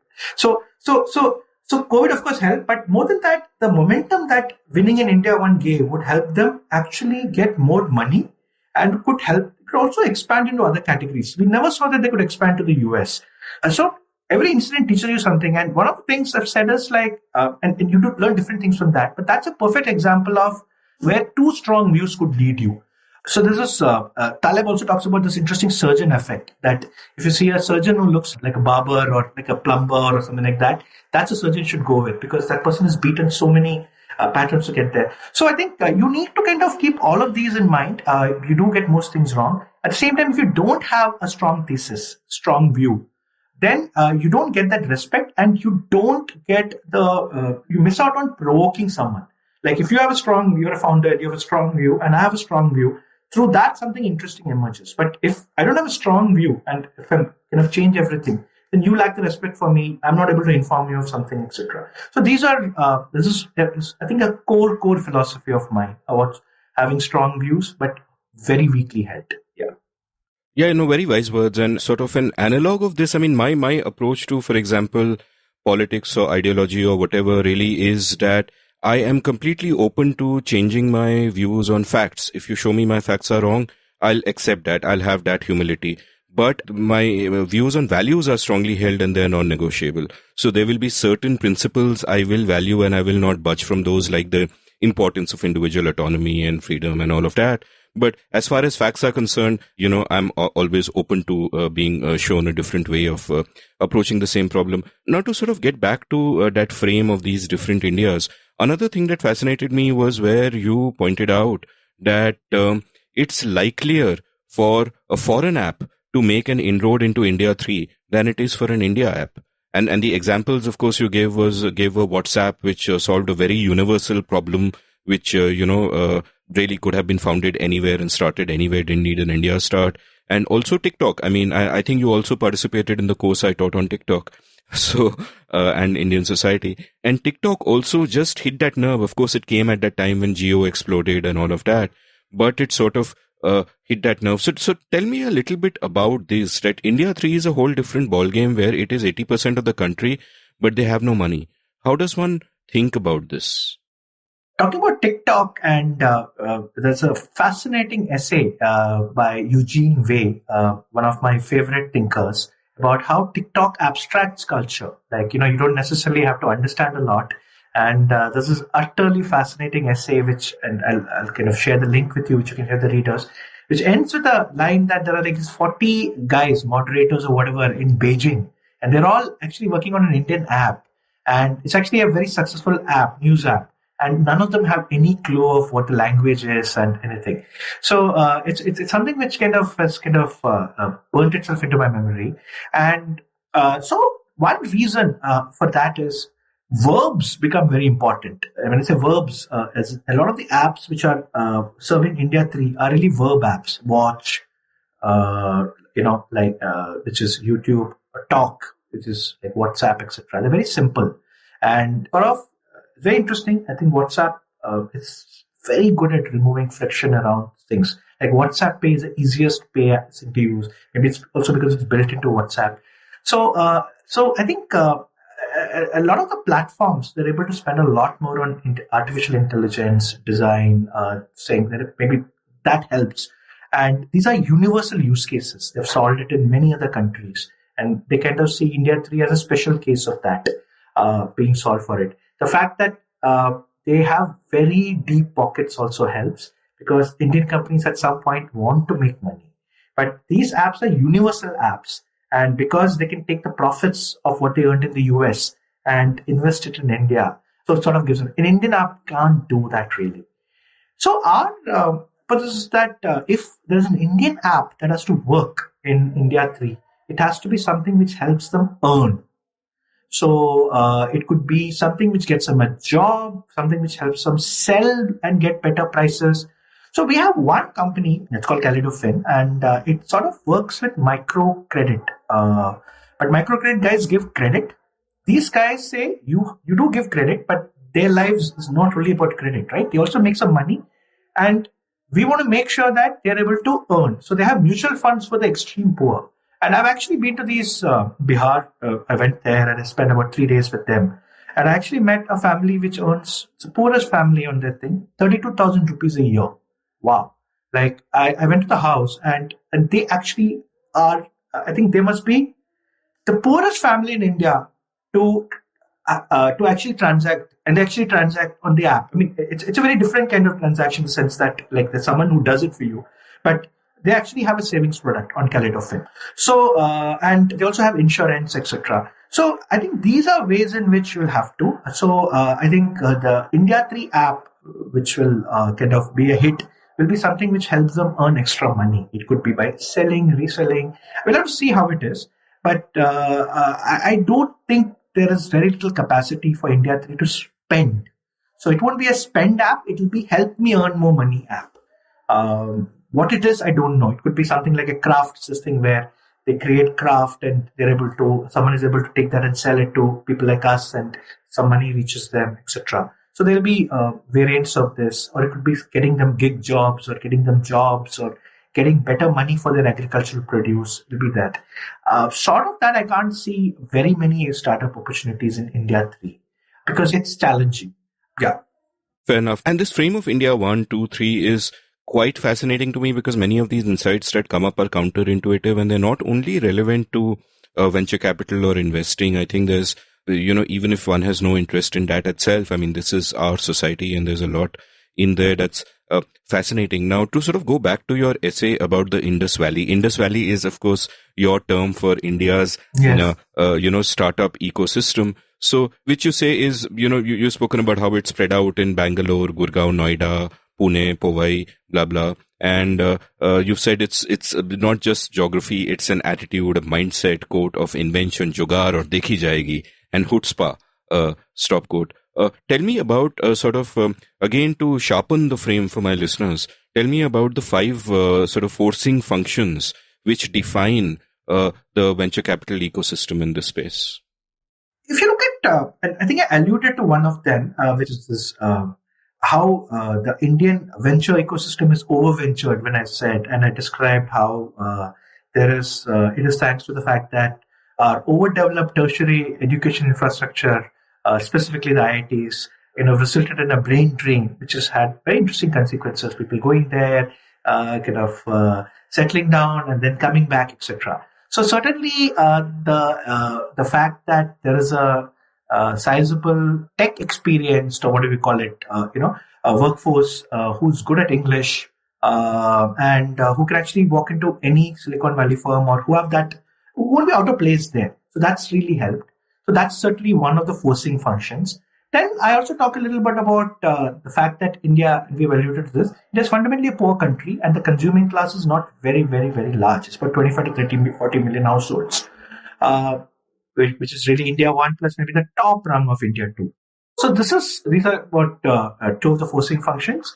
Then I kind of talk a little bit about the fact that not just the consumer buyers, but even the business segments, which kind of could adopt technology, are not very large. So there's actually a great interview which the print had with Manish Sabarwal somewhere in the middle of COVID, June or July, etc. And where he quotes like stats. It's just stats just poured out of him. And he talks about how, for example, there are only about close to 20,000 businesses which have paid up capital more than 10 crores. So if you actually look at it, even for business products, you can't really build a large subscription SaaS product in India. So we very underformalized that way. And this is something that comes to mind as another forcing function. So these are some of the forcing functions that I kind of allude to. And sort of the way to look at forcing functions, these are the constraints within which the Indian startup economy is hemmed. I described 5 of them, and they're there in the essay. But it's sort of the fact that, I think if I were to kind of look at it, the fact that we are not very rich as a country. We have an undersized consuming class and a business consuming class too. But hey, we have a largish enough elite, even though absolute percentage is small, but they're sizable. So 25 to 30 million is I don't know. And if you look at English, for example, we have, I would say about 140, 150 million people speak okay English, passable English, but they probably can't write good English. But about 25 to 30, 40 million of us can actually write good English, decent English. And so that actually makes us, I think after US, UK, maybe Canada. With Canada, we have like the 3rd largest English population in the world. And so sort of these are what I kind of describe. And of course, the diaspora, the fact that there are a lot of Indians in diaspora who can easily navigate between Silicon Valley and us. And And specifically, I think a lot of these should be seen in light of the startup ecosystem. I mean, I don't, there are probably more other forcing functions which have implications for a reliance of the world, etc. Right? But that's fine. Okay. But I'm talking about the forcing functions that impact the startup world. And I kind of identified these five. And I said these create certain constraints and drivers and opportunities as well. Like, for example, English. It's interesting. The Delhi crime won an Emmy. Like, but tomorrow, nothing's going to stop an Indian person from saying, "Hey, I kind of seen all these soaps. I've seen Friends. I've seen 100 other things. I want to create like this thing which is universal, which is a story about this thing, and I want to set it abroad." And I think you will have these directors coming out. They won't tell only Indian stories. So I don't know if there is a writer who's like that. I think a lot of the great Indian writers have told uniquely Indian stories, like a Jhumpa Lahiri, for example. And she said, I think they're universal in theme, but they're set in the Indian milieu. But at some point, you're going to see someone who writes like a story, which is which could be like something that Updike is written, for example, and that's going to happen. And I feel that that's going to happen in the next 10, 15 years. We're going to have breakthrough art, fiction, writing that's coming out of India. Already, for example, Samant Subramaniam, he writes for The Guardian. And sort of like, I mean, it could be anyone, like, for example, and he's talking about vaccines, etc. Writing. So a lot of the non-fiction stuff is beginning to go out in that. And so I certainly see opportunities like that coming out thanks to our large kind of English base. Yeah. Yeah, no, that's fascinating. And Samant, of course, is a fellow quizzer who was on the show. So, a note for my listeners, before we started recording, Sajid told me that he first met me at, maybe 12, 13 years ago. Then it must have been at meetings of the Bombay Quiz Club, where I was a founding member, and we used to have quizzes every Sunday till I kind of retired from that scene because my memory already then was getting kind of poor. And as far as sort of Indian writers writing in English is concerned, I mean, there are people like Jhumpa Lahiri or the fine Pakistani writer Danial Munyuddin, who hasn't written for many years. I wonder what happened to him, who, write about maybe local circumstances and local characters, but using a sort of form which is very Western. Jhumpa Lahiri may write about Bengali characters, but her short stories, for example, I would consider classic American short stories in that sense. And I guess part of that comes because you write what you know. So a lot of the diaspora will write about the immigrant experience. It's not really a cliche. You write what you know, and that's perfectly fine. But you're right that, there is nothing that stops anyone from here from making something universal, which again feeds into that whole thing of if you can make a product for India 1A, there's no reason it, can't translate to the rest of the world. Now, quick question. You pointed out earlier that, given that this India one is kind of like Mexico, and yet we have 22 times the amount of venture capital that is in there because of various reasons, diaspora, English speaking, the notion that India is a counterbalance to China, and people just look at the overall numbers of India and don't really do the kind of division that you've done into India 1, 2, 3. So is so much of venture capital also a problem for people such as yourselves? Like what has certainly happened in the last decade or so is that there's been a lot of easy money coming in from the West with the, the low interest rates and all of that in the US. And a lot of that some of that easy money, I mean, it's a small amount relatively, but in overall terms, it amounts to quite a lot, has come this way. Does that distort the system for you guys? Like you said that, venture capitalists like you have to compete for founders.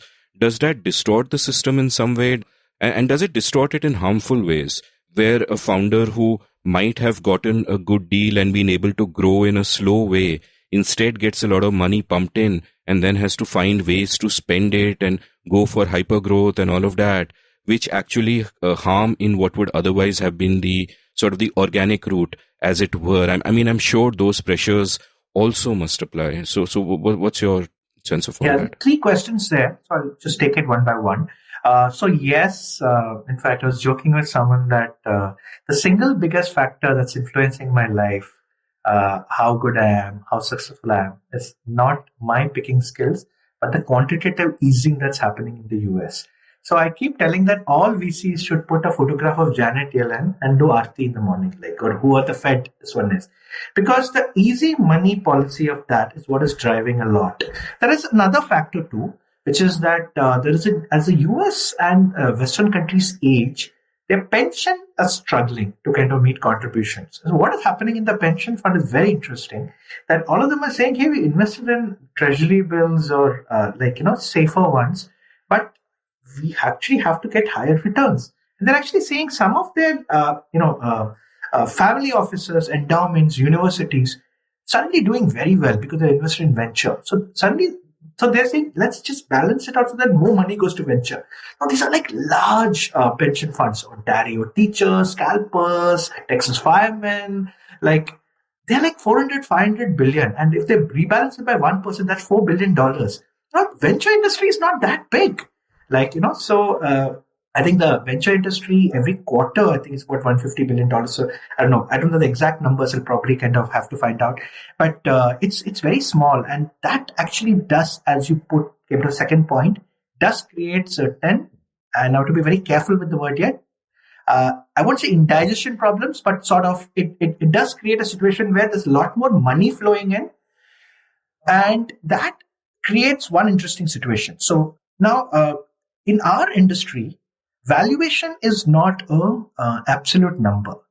Valuation is a function of what the startup needs and the stake that we need. So to say, a lot of people say, "Oh, the startup is valued at $100 million, etc." Okay. So, but actually, nobody's sitting and saying, "Oh, let's do the mathematics required to value it at 100, and then we'll take 10%. What has happened is that, let's say the startup needed $10 million, and I needed a 10% stake. So 10 million by 10% gives us 100. So certainly what the startup needs or what I give is one important factor in valuation. The second is a stake. What has happened is, as a result of the money coming in, there's also been a competition for good quality founders, and there just aren't that many good quality founders. So assets do get messed up. So a lot more venture capitalists have come in. And sort of the founder, this thing hasn't done. It's not easy, right? And so good assets have got a lot more premium than in an ideal world. But look, an ideal world doesn't mean anything, so it's just a hypothetical theory world that, yes, we do feel, oh, wow, so it's that much. So for example, 2010, when Bloom started, 2010-11 Bloom started, the seed round was 250K to 500K. Seed round, and then of course Series A was $1 million. Today a seed round, when I joined, became like $1 million, and Series A became 5 million. But very fast over the last 2-3 years, high quality companies are getting even 2 million seed rounds. So what's happening here? And if you actually look at it, the cost to start a business has actually gone down tremendously. AWS, software tools, etc. Of course, wages have gone up. Price of high quality founders and tech talent has gone up. So there are these countervailing forces, like even though the cost to start, pure tech's gone down, labor costs have gone up, but there's a lot more money coming in, but the founder pool hasn't expanded so much, does lead to, I think, pricing up of assets. But it's something that we have to kind of live with. The way I think the industry has tried to is, and Amit, I'll be very honest with you, it's not only to do with venture capital, it's to do with public markets too. If you look at public markets, for example, I think certain public market assets are even more overvalued than venture. And that's been one of the challenges as well, that the last few years, what's been happening is quantitative easing has created a world where interest rates are effectively net negative, right? Inflation isn't very high, etc.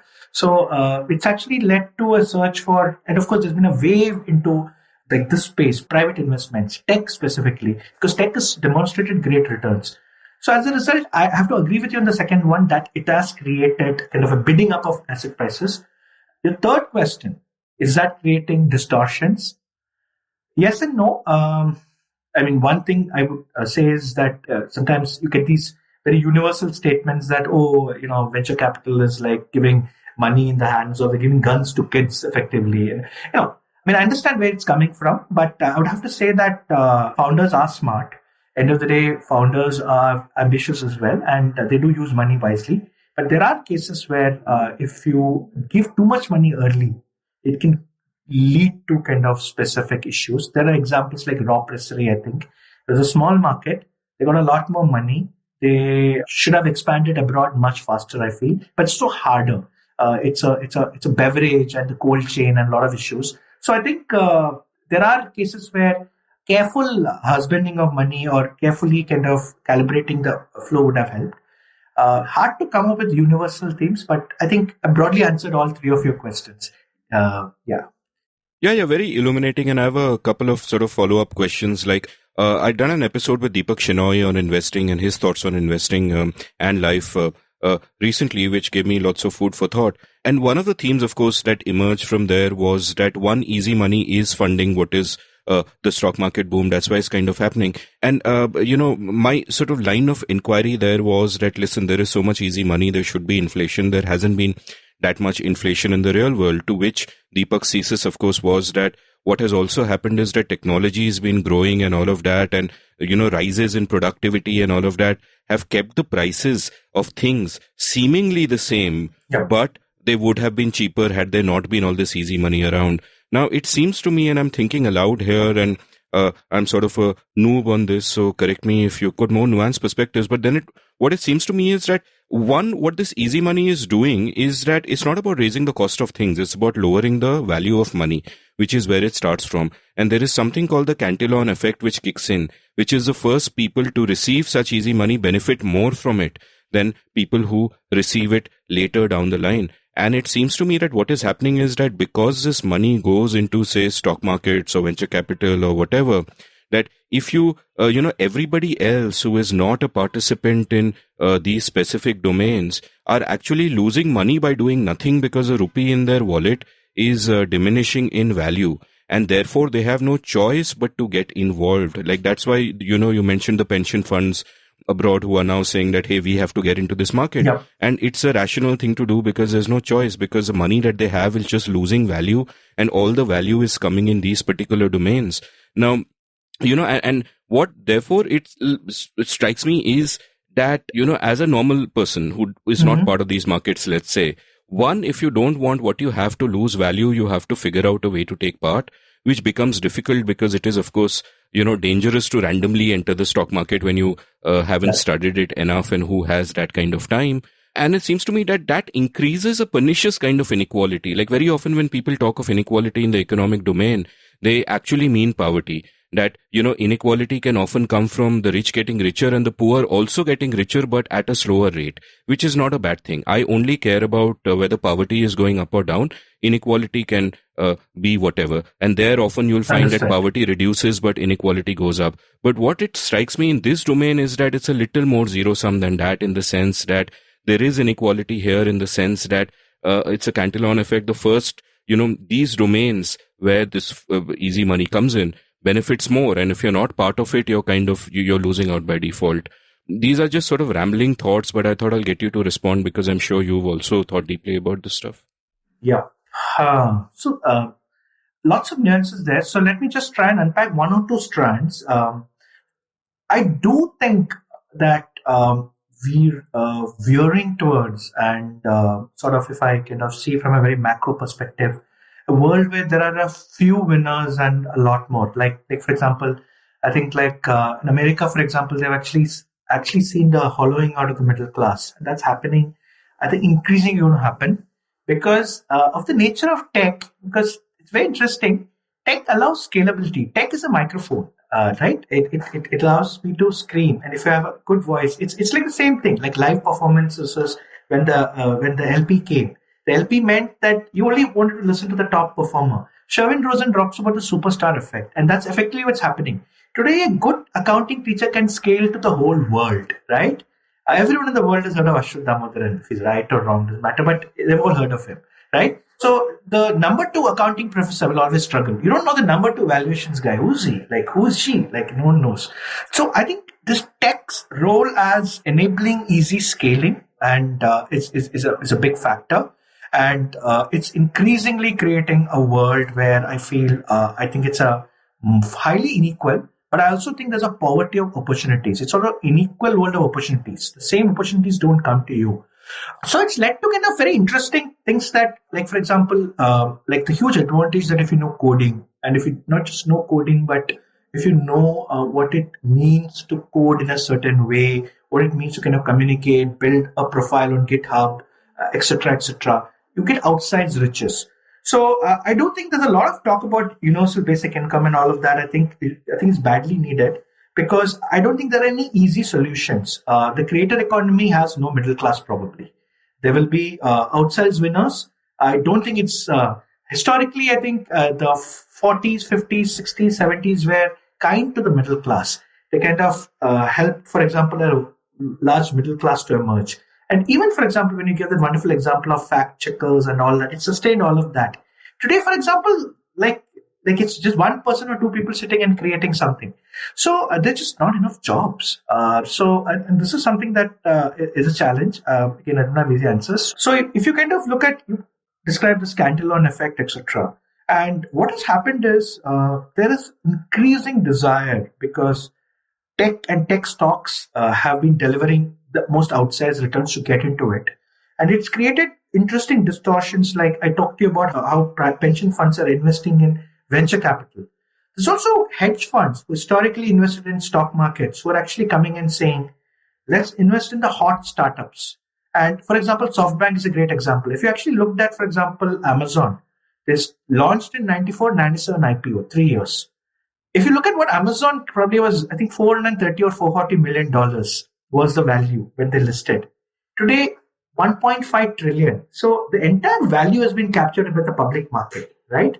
But if you look at Uber, Google, almost similar number will come. More than like 20x, 30x, 50x the value will be captured by the 23 billion. And today is again 1 point something trillion. So 50x. If you look at, for example, Uber, I think 110% of the value has been captured by private. Actually, after listing, it's gone down. So what has happened is capital has come in to hot startups and helped them stay late and late and late because they're saying, look, Amazon made the mistake of going for an IPO. I mean, I don't think they made any mistakes, but they made the mistake of going for an IPO fast.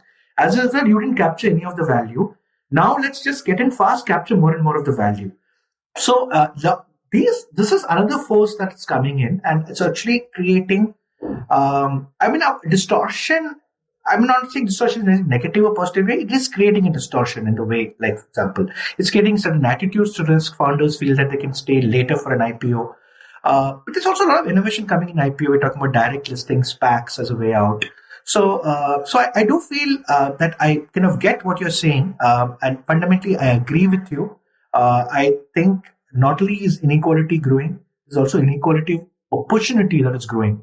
If today people like us are able to take advantage, the tech tools that we're using are almost free. We're able to use them, combine them to create brands. Like you can actually, you have these business in a box tools, like, Squadcast, for example, what we're using or whatever you use. So you're able to kind of create a good business on it at very cheap prices. Whereas the poor probably have access to this, but they don't even know what they can do with it. So I do agree with you and don't have easy answers, but these are worryings, and the governments of the world tomorrow will have to kind of focus on some of these. And the UBI or things may actually be a temporary solution or whatever it is to kind of sustain the hollowed out middle class and the poor. I mean, ideally, what should happen and what you see happening is that you see new technology. Anytime there's some new technology, there's fear that, hey, jobs are going to go and what's going to happen and who's going to whatever. But inevitably, all new technology raises productivity so much and creates so many more opportunities that it works out in the long runs. But, whether or not there might be a temporary solution, and how do we get past some of these distortions which are being created by quantitative easing is, something that I do think about. I mean, there's a dude called Pompliano on Twitter. I think he's at Pomp. So he put out a tweet today about, that Bitcoin has reached 50,000 and what will the 1.9 trillion quantitative easing do to Bitcoin? Yeah. So, so another question for you based on, again, something that came up when Deepak and I were chatting, where, George Soros coined this term called reflexivity, where he pointed out that the perception of something can change the reality of something. And one example that Deepak and I agreed with, or at least I think he agreed with me, but this is certainly what I feel, is that Flipkart is an example of that. That, at one point, a really shitty company, but so much money goes into it, and that money is eventually used to make it a much more solid company than it was. Now, it strikes me that even in this business where there is so much money, chasing what you said. There aren't enough quality founders. I think you mentioned at one point, but whatever. There's a lot of money chasing these sort of founders. Is that also a possible effect that someone whose company may not merit the valuation you're giving it to begin with, because you pump in that money, he can then use that money with, of course, your guidance, because then you're part of the equation, use that money to actually build something that merits that valuation or much more.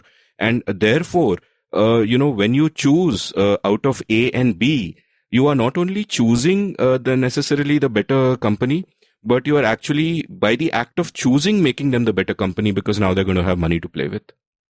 Yeah, this is great. Yeah, so venture capital is a signal as much as capital, and you could also call it venture signal, because you're absolutely right. When you get capital from, say, a Sequoia or like a Nexus or Lightspeed or Bloom or Whir, and US, I'd probably use other examples as well, like a Benchmark or A16Z.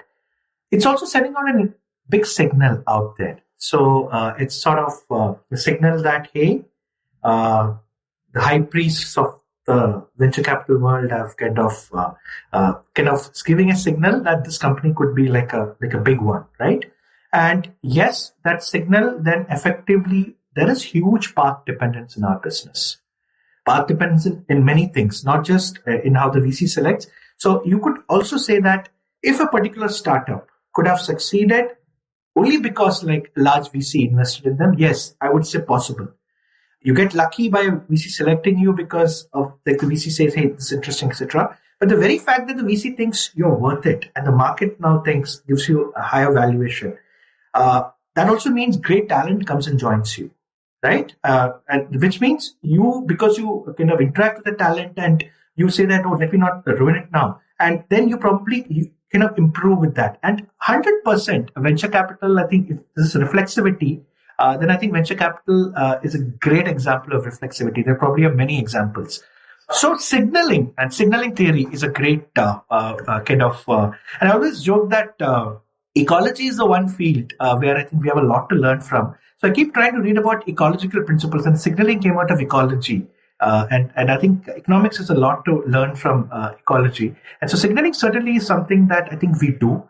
And I think signaling through capital invested and the fact that prestigious name brand VCs putting in this thing can actually kind of create like that virtuous cycle, so to say, of more money, better talent, better experiments, better metrics, more money, and so on and so on and so on. And I completely buy what you're saying. Let's actually talk about investing and sort of this almost implicit assumption that many people seem to have that startup is a startup. All startups are the same, which is of course not the case. Now it strikes me that because of the VC model, you're doing in a sense what I used to do in poker, where you have an edge, but it's a very slight edge. So to realize the edge, you have to put in volume. And you don't know, and in poker, an interesting study in a couple of online sites once looked at a sample set of a few million hands and found that the people who win the most hands lose the most money, because it's not about how many hands you win. It's about how much you make of the winning hands. And that's a little bit like, it's a little bit like the VC model where you're investing in 20 firms and, 12 of them may die, 4 of them may do okay. It's one of them that will go 100, 200x and make some money. And therefore, all of them have to be chosen according to their capacity to make 100x. So what you're looking for is that sort of that super scalability, as it were, that this has to be able to grow 100x. I loved in one of your presentations, you used a quote by Benedict Evans where he talks about how that VC money is like rocket fuel. And so if you're building a rocket ship, you need the rocket fuel. But if you're building a lawnmower, you don't. And your whole point was that, listen, we are funding a particular kind of startup which can only scale that much. And therefore, you should not judge us by the standards of other startups. How we do valuation, how we kind of figure out whether investing in them makes sense or not. Our parameters are completely different. And most people, especially in the media, for example, do not get this. So can you elaborate on this a little bit for me? Yeah, of course. There are many founders out there, many entrepreneurs. So if you start a restaurant, you are an entrepreneur, you are a founder, and full credit to you. It's a tough business. However, there's a difference between founder that we fund and kind of a restaurateur. Okay, for an example. So the one difference is that we are trying to discover scale. So we are trying to bet on someone who will grow very big and who will also take advantage of tech. Now, there's a reason these two combine. The reason they combine is tech has very interesting property. Once you write code, then you don't have to necessarily write more code to serve. So when Facebook today, Naman New joins Facebook, Mark Zuckerberg's minions are not sitting and writing, hey, let me write one more line of code because this new person is coming in. That code written in code scales. Whereas if you walk to a restaurant and if you ask for a dosa, there is someone who's actually taking out the batter and putting it under the sink ladle and making you a dosa. So what is interesting is tech businesses have high fixed costs, but the variable cost of serving next customers next to zero. So there's a tendency to drive scale because scale brings huge profits because your variable costs are virtually nothing. The other interesting thing tech businesses have is the cost of acquiring the next customer tends to zero effectively because like network effects. Everybody's on WhatsApp, so I'll be on WhatsApp too. So WhatsApp is not spending money on the next customer. The more customers it has, the more easy it gets to acquire.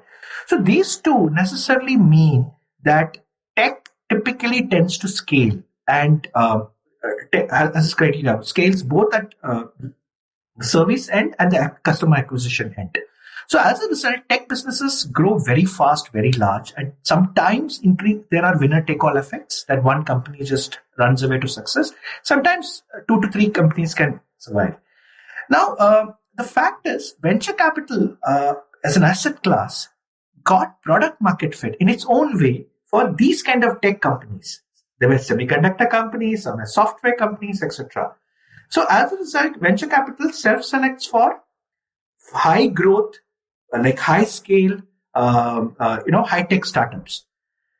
Now there's now along the way in the 60s, 70s when venture capital was being discovered in the US, they hit upon one very interesting kind of I don't know what the word is, but kind of they discovered venture capital as a very interesting protocol. That if you invest in 20, 25 companies, and all 25 should succeed, but ends up that 5 or 6 just fail, 10, 15 just muddle along, and 5, 6 will do really well.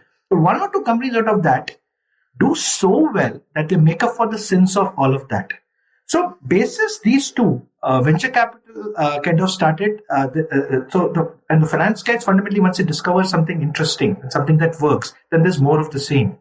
Now, they kind of said that, hey, this is this interesting asset class that has this property that if you go after these kind of high-tech companies, and hence now it has to scale very fast. Scale is very important to us because that one company has to grow so fast that it makes so much revenue and so much money that it pays for everything else. So scale matters. If this scale property is there, then the power law can apply. One can do well and pay for all the sins, which means every company we select for has to have that. And I loved how you said about poker, that it's not the number of hands you win, but that one hand, how much do you win? That's absolutely right. So there's actually very interesting models made out there that which talk about how the most successful funds, and typical fund is for 10 years. We raise funds every 3 to 4 years. The investing cycle is 3 years and then you launch the next fund. But typically every fund is for 10 years. In every fund, typically invest in 25 to 30 companies, sometimes more, sometimes less. They found one very interesting thing, which is very similar to what you said, that the most successful funds actually had very few winners, but they had concentrated winners. So like the Facebook one, the Axel fund, which invests in Facebook, made so much money from Facebook that they could have just lost 2x the amount of money on the others. We could only lose 1x the amount you invest in, and yet would have been the most successful fund of all time. So I think I'm completely in agreement with what you're saying. And so now coming back, hence venture capital is a protocol to discover scale. Venture capital is a set of rules, norms, whatever you call it, by which we kind of discover high scale companies. And that means that there are very good businesses out there which probably make money, like a printing press or whatever you call it. But they don't have this high scale quality, and which means they're not suitable for venture capital. So we do get a lot of pitches, like 20-25% of my pitches are very interesting businesses, language schools, publishing houses. And I kind of once in a while it's very hard to explain. Once in a while I write this out, but maybe I haven't yet made a templated reply. But maybe I should make a templated reply now, which says that, hey, this is a great business, but these are the qualities of the business that we're looking for, and so on. So I would say, amongst all the things, venture capital is a very narrow subset of high tech and high scale. If I were to, I have this 2D thing, kind of a two-dimensional chart, which I can kind of share with you and which you can kind of link to. And venture capital is just that one narrow sliver. And but as a result, a lot of interesting innovation is now coming in into like, for example, new models of venture capital, or not exactly venture capital, but allied to that, which are about revenue-based financing, for example. So they're saying that, hey, how do you create, how do you make it easy for a small business to get capital? They only have to go to the bank, or they go to get debt. How do you make it easy? And so there are interesting innovations coming out of the fact that venture capital is kind of is like grown very fast, but it's not relevant for that. So we're going to see a lot more innovations in these allied spheres, so to say. So I hope I've kind of given you a sense of the industry. And no, that's kind of absolutely fascinating. And you've also you wrote a controversial Twitter thread recently where you spoke about valuations, and you pointed out that because of this facet of what a venture fund does and the kind of startups that it looks for, that traditional accounting has to go out of the window. You have to figure out a new way to sort of value a startup. Tell me a little bit about this, because there is this conventional folksy wisdom out there that there's just too much money out there. Venture funds have gone mad. They are just funding companies which have absolutely fundamentally, they don't make any money. They don't do anything. Why are they doing this? They're creating these massive unicorns. It's all a big scam. But it's the truth is not quite that. So tell me a little bit about how you look at it. Yeah, the fact is that it is hard for us to take a set of protocols, rules, norms that came up in the 1940s when capital was scarce, and the kind of company that you was not necessarily high scale. It's like a cement company. It started small or had enough capital, and capex, for example, can be capitalized, right? That's the thing. So it doesn't show up on the profit and loss account. It shows on the balance sheet. But what has happened historically over the last 30 years is there has been more and more spend on intangibles. Now, the problem with intangibles is you can't capitalize it. Like, for example, there is a company that we've invested in which sells to, for example, certain corporates and certain kind of institutions. But the fact is, when the company adopts it, the data of its users comes on this. Now, they kind of gave an interesting stat that, and it's in EdTech, and that they got data on 73% of all computer science engineers graduating out of India. And I was like, blown, wow. And they're saying if we onboard few more of these companies, we'll get 100%. Now, that has value. But sort of like, I can't show that on the balance sheet. There's nothing on the balance sheet says because we know in our industry that if you own 100% of all data on all the students, that can be monetized by selling them new products or selling the data, of course, ethically. But unfortunately, the way our accounting industry has evolved, it doesn't allow me to kind of capture this. So as a result, the venture capital industry said, let us develop our own norms, metrics, etc. But hey, we don't want to publish it because it's just all of us, right? We understand. And it's actually very interesting. You spoke about poker, but Alex Danko wrote this wonderful piece called VC Should Play Bridge, which is the one thing I'm jealous about, because I tried learning bridge in the middle, and I actually said that, hey, VC and bridge is very similar, but he wrote this piece and I'm immensely jealous of him. And that kind of says something very interesting, that if you have to kind of look at the bridge convention, the bidding conventions, in many respects, VCs have also developed these conventions, so to say, to kind of evaluate and bid on this thing. And the way we've kind of evolved that is to create an entirely different kind of framework. So we use metrics like ARR, which is annualized revenue, because if a business is growing 50% month on month, right? Today it was 10 lakhs. Next month it's 15 lakhs. Month after that is 22 lakhs. Maybe it slows down to 40 lakhs. That. Uh, if I were to look at last year's figures, it's zero.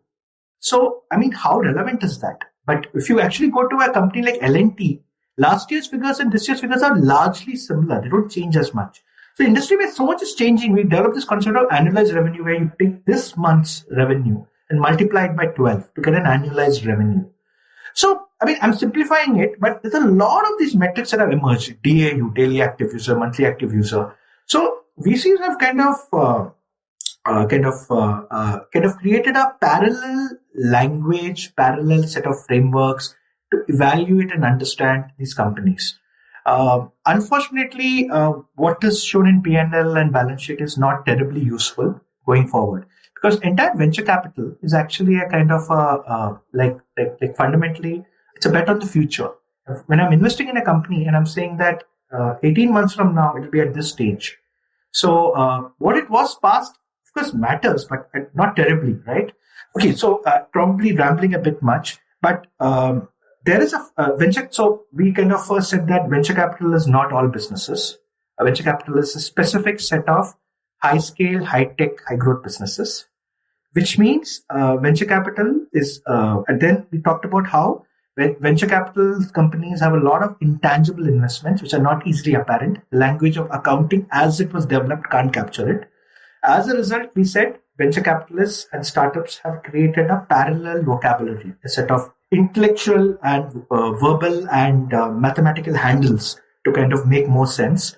Increasingly, the world is now kind of split. But what has happened is because venture capital has become this sexy thing you're seeing, because all of us are using venture capital's products or startup products, etc.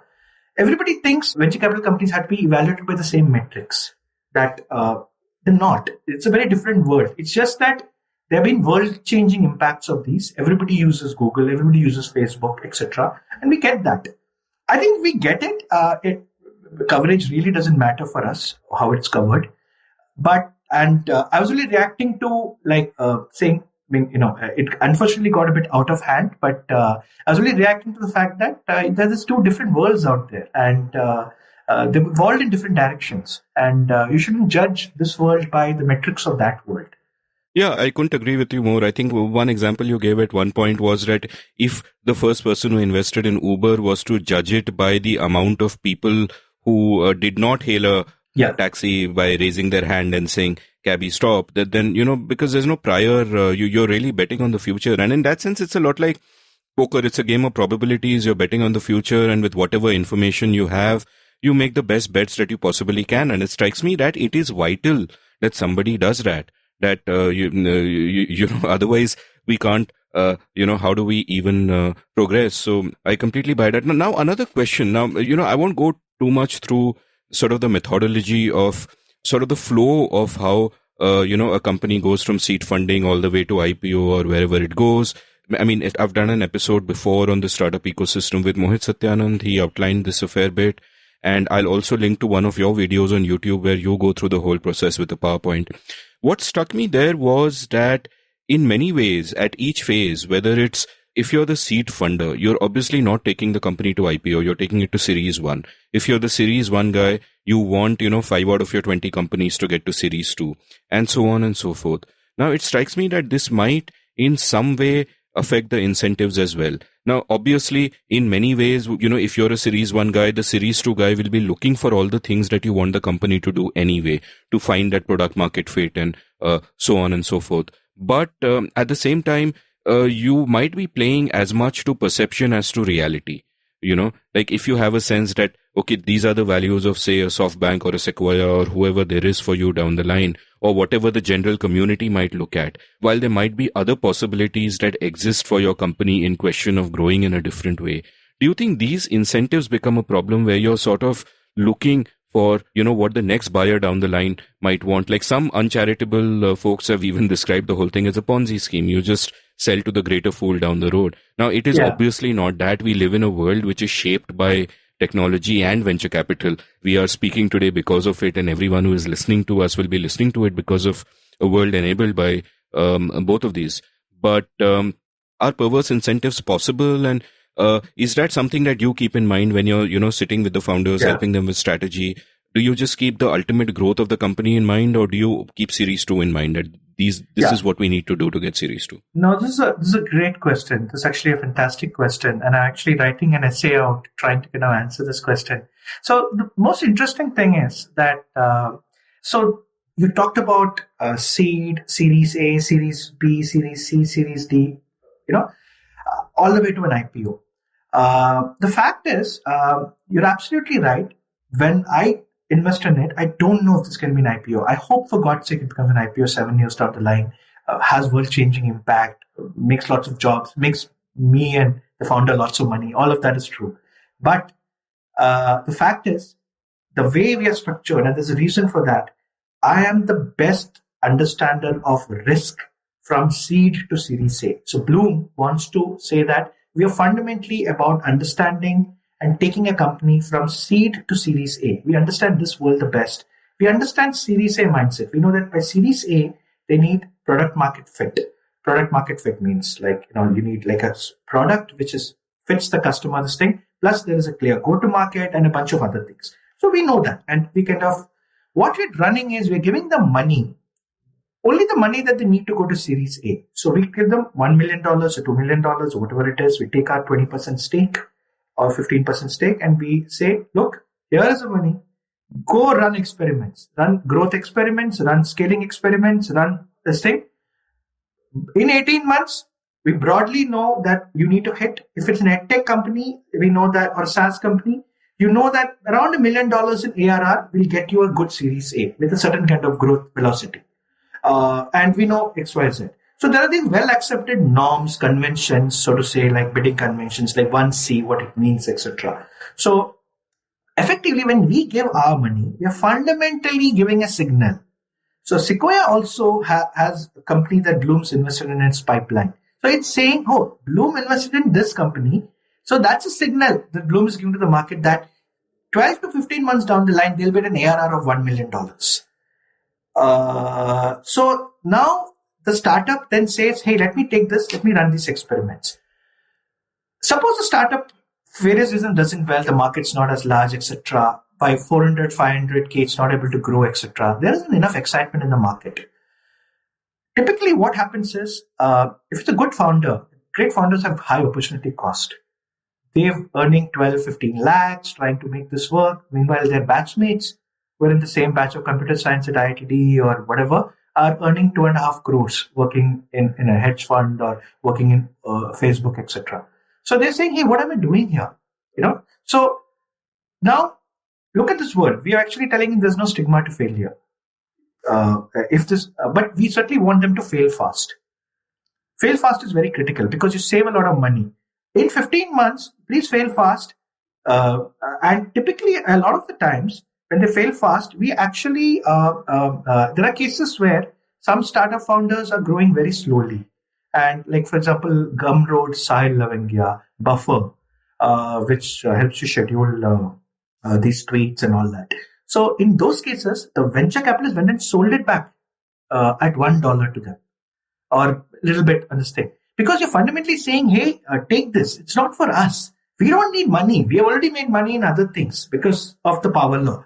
So you please take it and it's fine. And so fail fast. And fail fast, we certainly want them to take those risks and fail fast because they have opportunity costs, right? Like, they're earning 12, 15, 20 lakhs, trying to build something, whereas their batchmates and out of the same program, let's say IIT Delhi computer science program, are sitting in Uber or Facebook or a hedge fund earning like 2.5 crores, etc. And they're saying, hey, what am I doing with my life, etc. It's not scaling, etc. So at that point, sometimes they come back and tell us, hey, I don't think this is going anywhere. And I want to just take a break. I'm mentally tired. So during COVID, we had that. A couple of founders came back to us and said, hey, we've been building this for the last 2.5 years. It's been struggling. And now COVID means another 3 months. I just want a break. I want to be with my family. And that's perfectly fine. We get it. Why?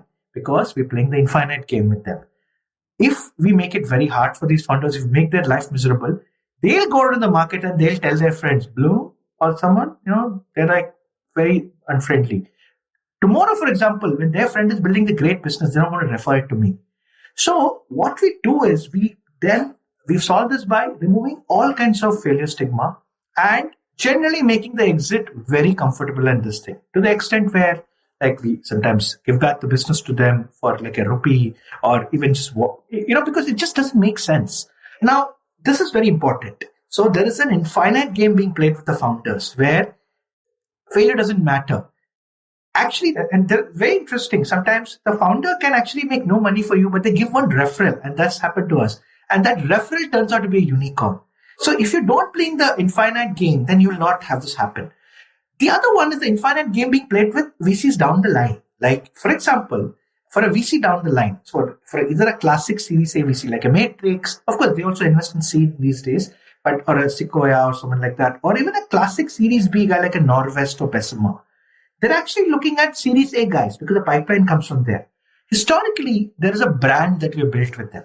So because we've been playing the infinite game with them, because they are the best pricers of risk and the best understanders of risk to move a company from Series B to Series C and D. So they are the guys who say, hey, you're a Series B now. Now we need to have a proper this thing. You need to have an HR this one in place. You need to have these policies. You need to prepare for an IPO. You need to get a CFO of this caliber. Because they know that world. We don't know that world. Well, they know what kind of mentoring to bring. They know how to understand all of that.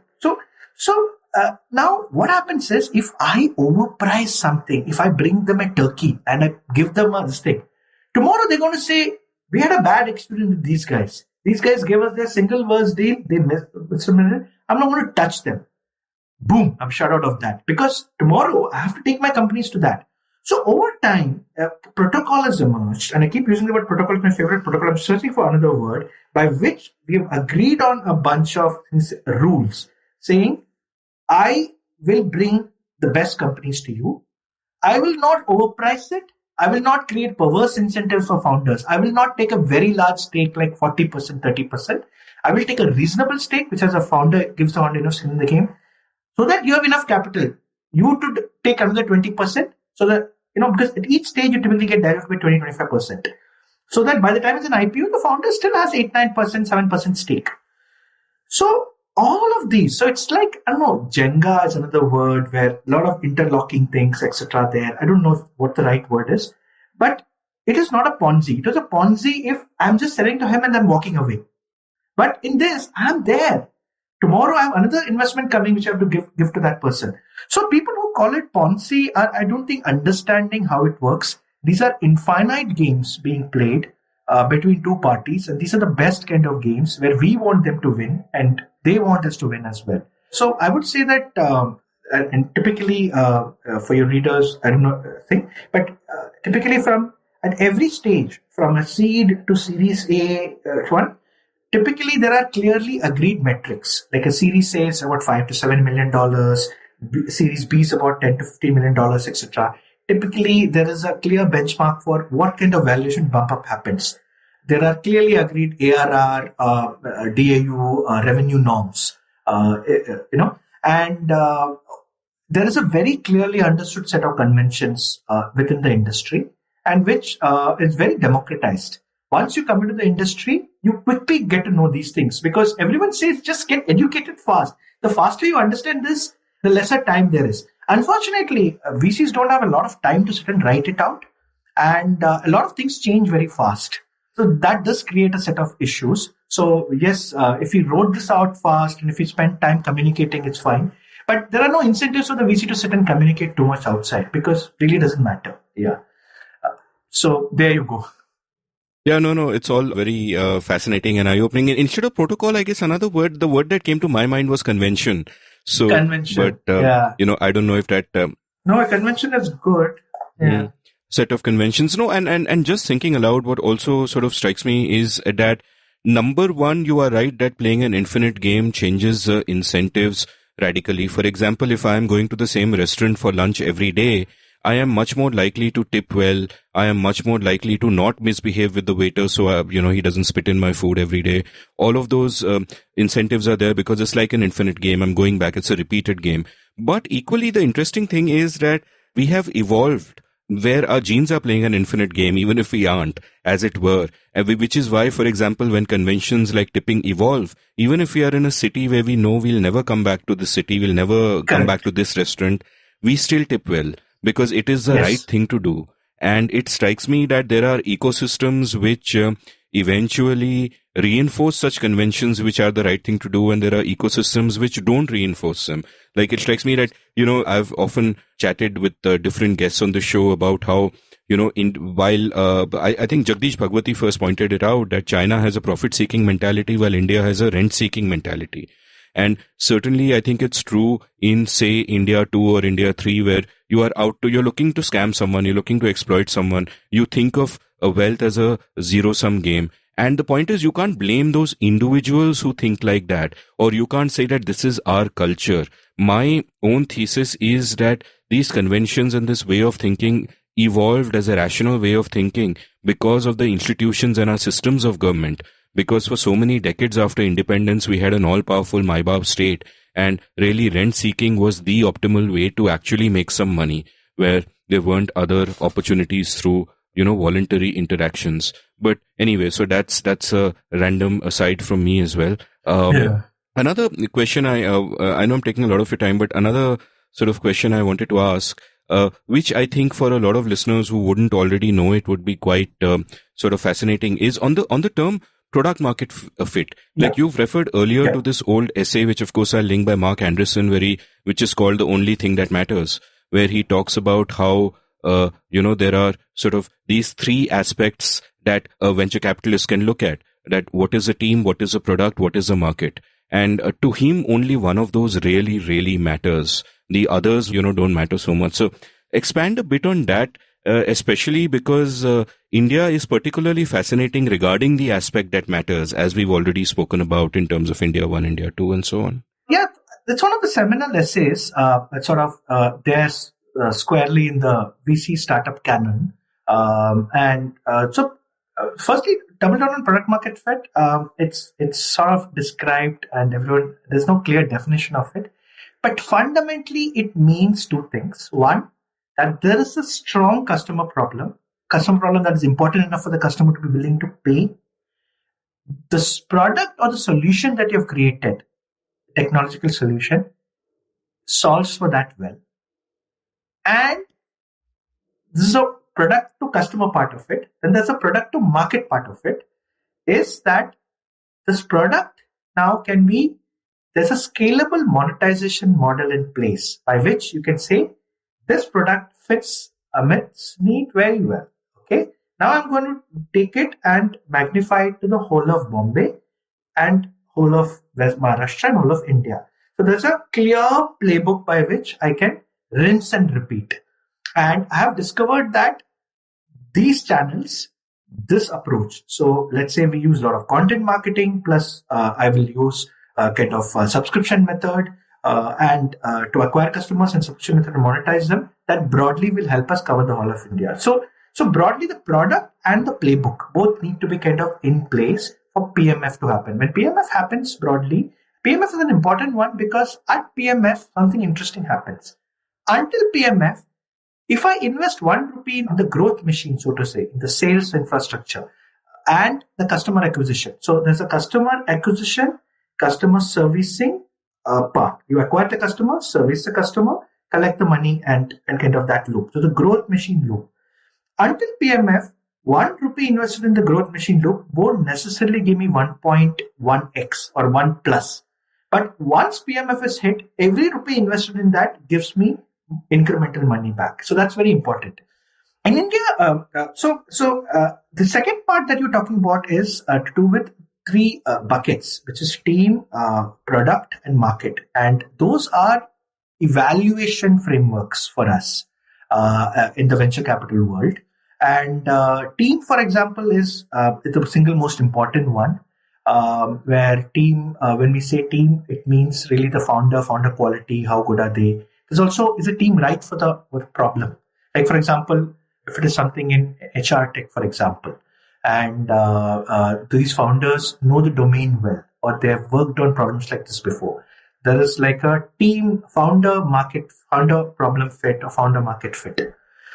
Uh, Product is really the solution. Market is actually the most interesting one. It has multiple meanings for people.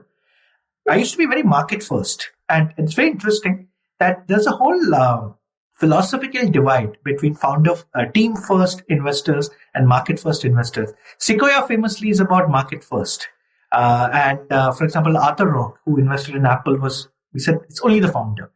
Of course, all VCs balance it out, but fundamentally, a better way to describe the market one would be, I would say, problem.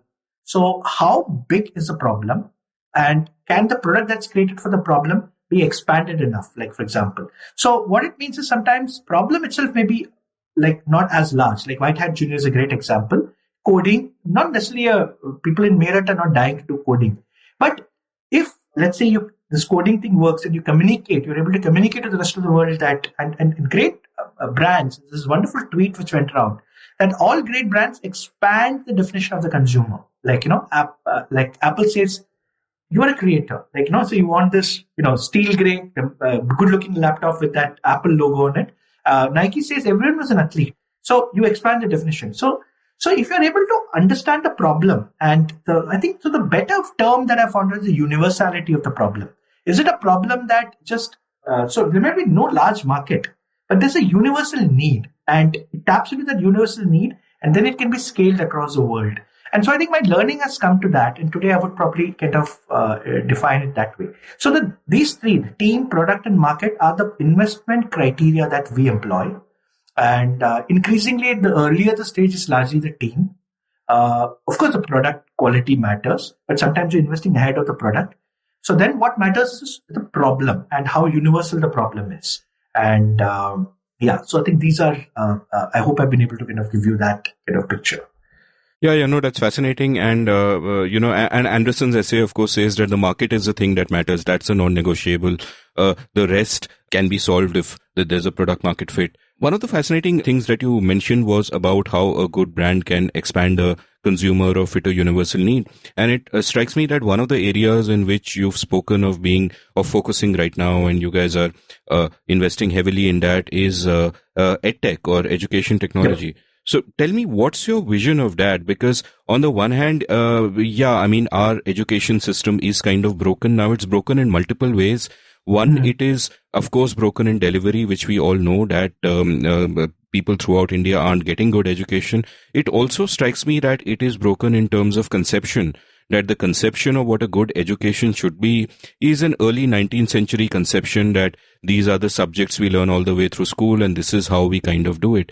And it seems to me that when I look around at sort of the edtech startups and all of that, they all seem to be solving more for the first, which is that you find different ways of delivering the existing conception of education, and not so much for the second, where you're having something disruptive. Because to me, one of the fundamental problem with education in India, and you are of course a man who's thought a lot more about this than I have, so forgive me if I sound naive, but one of the fundamental problems to me about education in India, which goes beyond delivery into conception, is that people who do get educated in India do not have any skills that are of any value to them in life, which is why you have so many thousands of PhDs will apply for, a vacancy for one peon.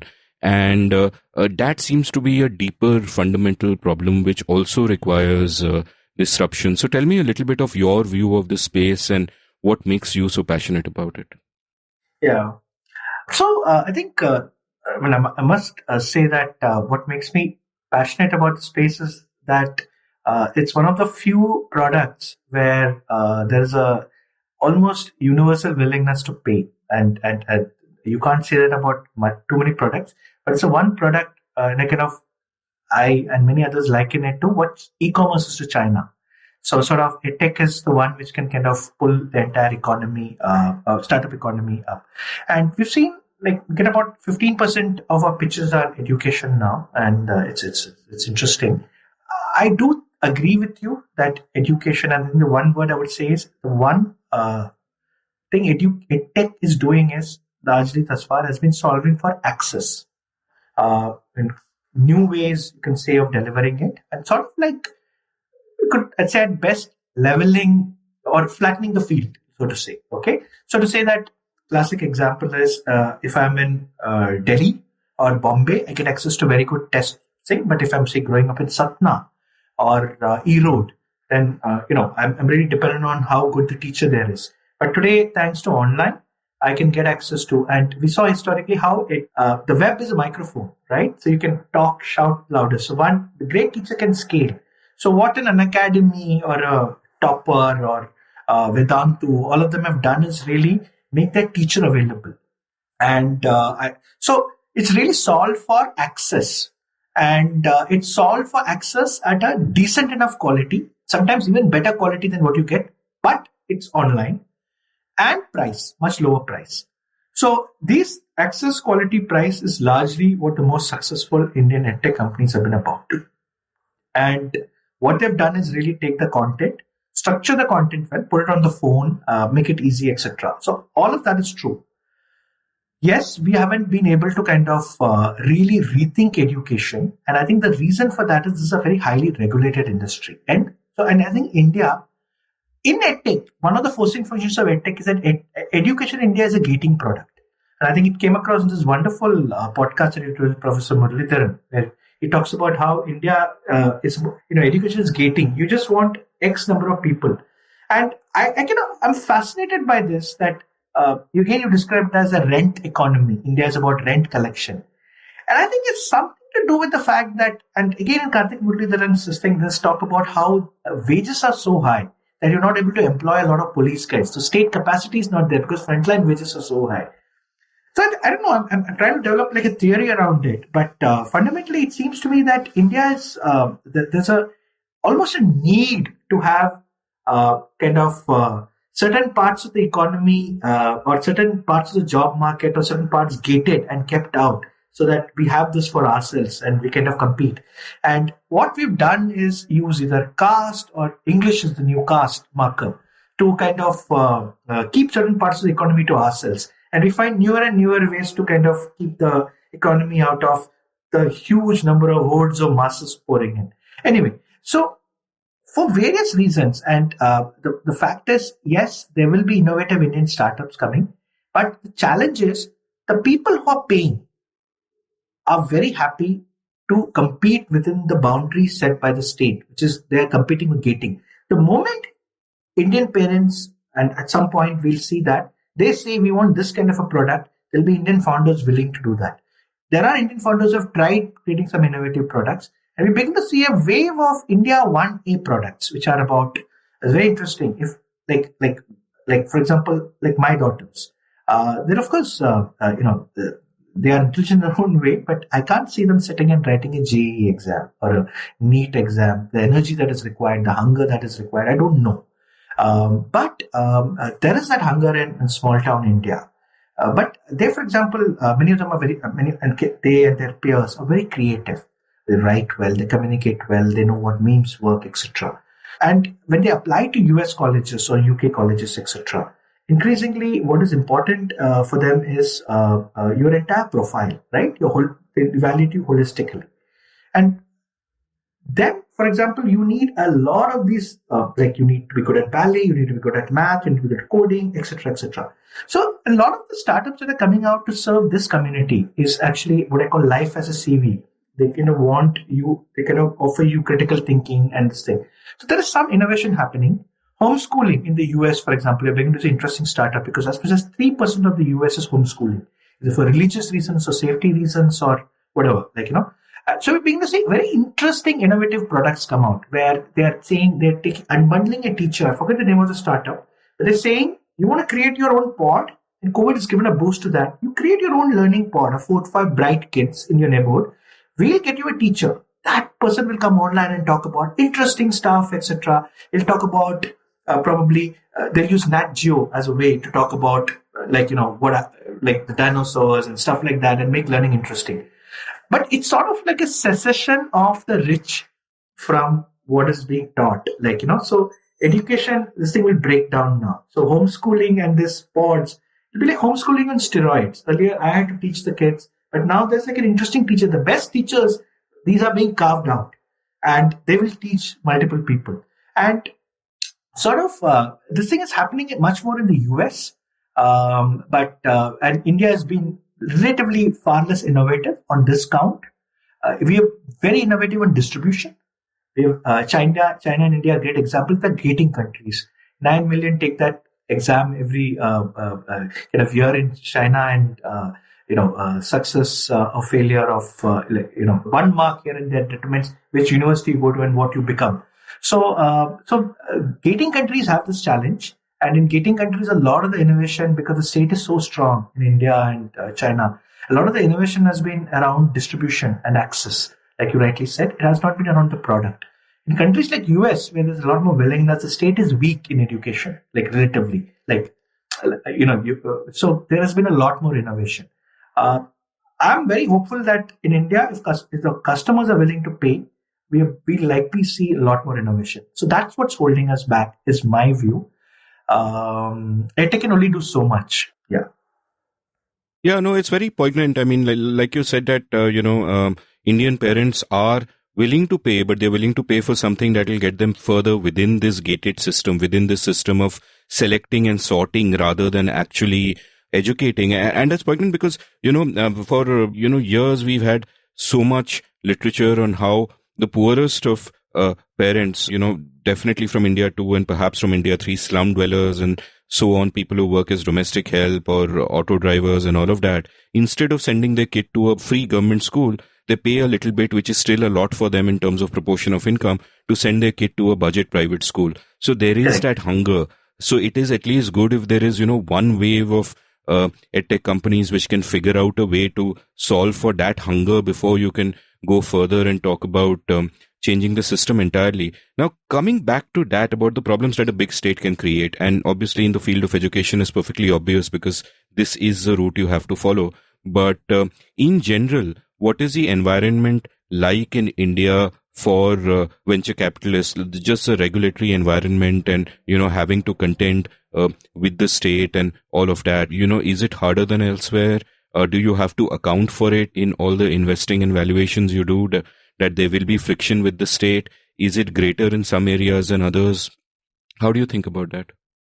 Yeah, I would say that there is, in the sense that there are occasionally irritants which come up, like this angel tax was one of them. I won't go into too much of the detail, but effectively it created a lot of hardship for startups which took money and were faced with like large tax bills. And there are occasional challenges with certain sectors which suddenly see regulation. Like, for example, mobility is one. And but by and large, if you are in the digital space, you are in the largely intangible, there is much less regulation. It's a little bit more in like fintech is one where, but fintech also, it's strange that the government actually was an innovator in creating the India stack. And like two big innovations, both of which happened about a year or so of each other, 16, 17, were Geo and the India stack. The India stack effectively UPI, built on UPI and so on. So, and if you look at the two of them really gave wings to the Indian startup economy. Because if you look at it, for an economy to take off, you need three conditions. I remember this Chinese founder talking to me that you need a smartphone in every pocket. You need like great bandwidth so that you can consume and you can watch. And finally, you need a frictionless payment system. So certainly, over time, the bottom two came thanks to Geo and the India stack. The first one was anyway happening in six. So certainly these two really gave wings to the startup economy. So the state can also benefit you in that sense. And I would say that's helped. On regulation, the startup ecosystem does have regular dialogues with the government, because the startup ecosystem has been one of the shining stars, so to say, and gives a lot of talking points. And there are a lot of, and I mentioned something very interesting that founders once said, that there are a lot of bureaucrats whose kids are in startups, so they also understand the challenges, etc. And they understand that something interesting is happening here, and sort of startups are today what Narayan Murthy and Azim Premji's Wipro and Infosys were to the world. So they are supportive. There are, of course, irritants, and I mentioned the angel tax as one. But on the whole, I would say that this is not, other than this and certain sectors which are highly regulated, like mobility is one, fintech is one. Um, I don't think there is a lot of regulatory overhang in that sense, or at least not negative overhang. They've tried to do their best, including this gift city that's come up. Is trying to kind of help us. They're encouraging more startups to kind of have an office there. So all of that is good. So on the whole, I would say that thanks to the fact that this has relatively been a success story, a lot of it is intangible and digital. So it's hard to kind of spot. It's been broadly, I would say, supportive. I mean, and I'm probably not the best person to answer on this, at least for the sectors that I handle and this one. There is very little I have to worry about the government. The government is trying to reach out. I get a lot of mails from Invest India and folks like that wanting to kind of engage, etc. Typically, it's handled by a partner of mine, like a colleague. So I can get into it. But so broadly, I would say that there are good points and there are some irritants. But on the whole, I would say broadly good. Excellent. I've taken enough of your time, so we could just continue having this conversation for another hour or two, but perhaps we'll leave that for a Series A episode sometime. Let's consider this a seed episode. Yeah. A final question. Tell my listeners about what you do. What you do at Bloom. What are you interested in? What kind of ventures are you looking for? Sure. Even should they write to you, and if so, with what kind of ideas? So, love to hear from your listeners. My email ID is sp for Sajid Pai, sp at blume.vc. It's very short. You can write to me. You can also DM me on Twitter, on LinkedIn. So all channels are open. So I would say that at Bloom, and best to kind of preface what I do at Bloom. At Bloom, I'm part of the investment team, but I'm also involved with certain other functions. I think about marketing a lot within Bloom. I also write a lot, so I'm sort of like the content man inside Bloom. Within Bloom, I invest in a certain set of sectors. So EdTech is certainly one of them, Agri-Tech is another, and there are a few B2B sectors which I focus on. You can write to me with any thing. If I'm not the right person, I'll forward it internally. What typically we've seen is ideas, and there's actually a great Farnham Street podcast episode, which I can share the link with you. And I have this saved and I send it on ideas versus execution. So ideas actually mean nothing, actually. So we don't fund ideas. We fund ideas in action. And the reason is that it's the part of building that idea, getting at least an MVP in place, at least getting some customer feedback. That's the stage at which we think we're the right people to talk to. If it is just an idea, then I think you should just at least build something. And I don't think ideas is a stage at which, if you write, look, I'll probably reply to you. For sure, I try and reply to every mail I get. But increasingly, it'd be great if you reach out to me or Bloom or typically any seed VC when I think you have a minimum viable product. When you understand, for example, let's say there's a problem that I have with referral as a service. Like you want to hire people, but when you find that the best thing that works is referrals, and you want to kind of create a process where I'm hiring this person, I want to call someone, press 3 buttons, and 2 referrals will be done, and they'll come back to me. Let's say. So you certainly don't want someone coming, this is the idea. So what? You certainly want that person to build a basic product. It doesn't have to be the most detailed product, it can be embarrassing, but at least has interacted with 1-2 customers and 1-2 customers willing to pilot it or something like that. So that's the stage at which I think it's best they can write. But otherwise, I'm very happy to answer specific questions. A lot of people reach out to me with very specific, I have this issue, can you help me? So sometimes it works.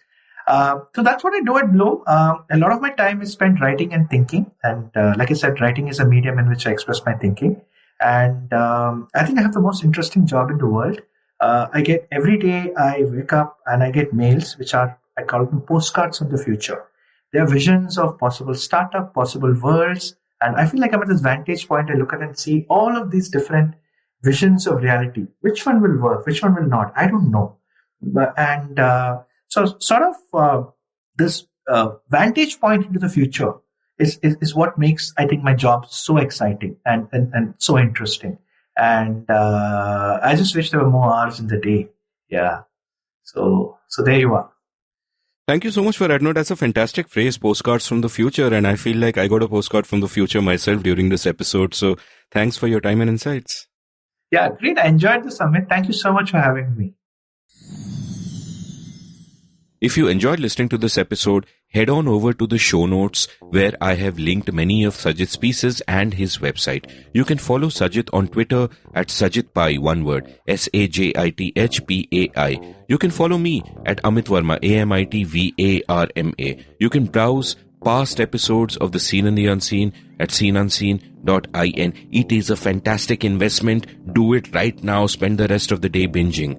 Thank you for listening.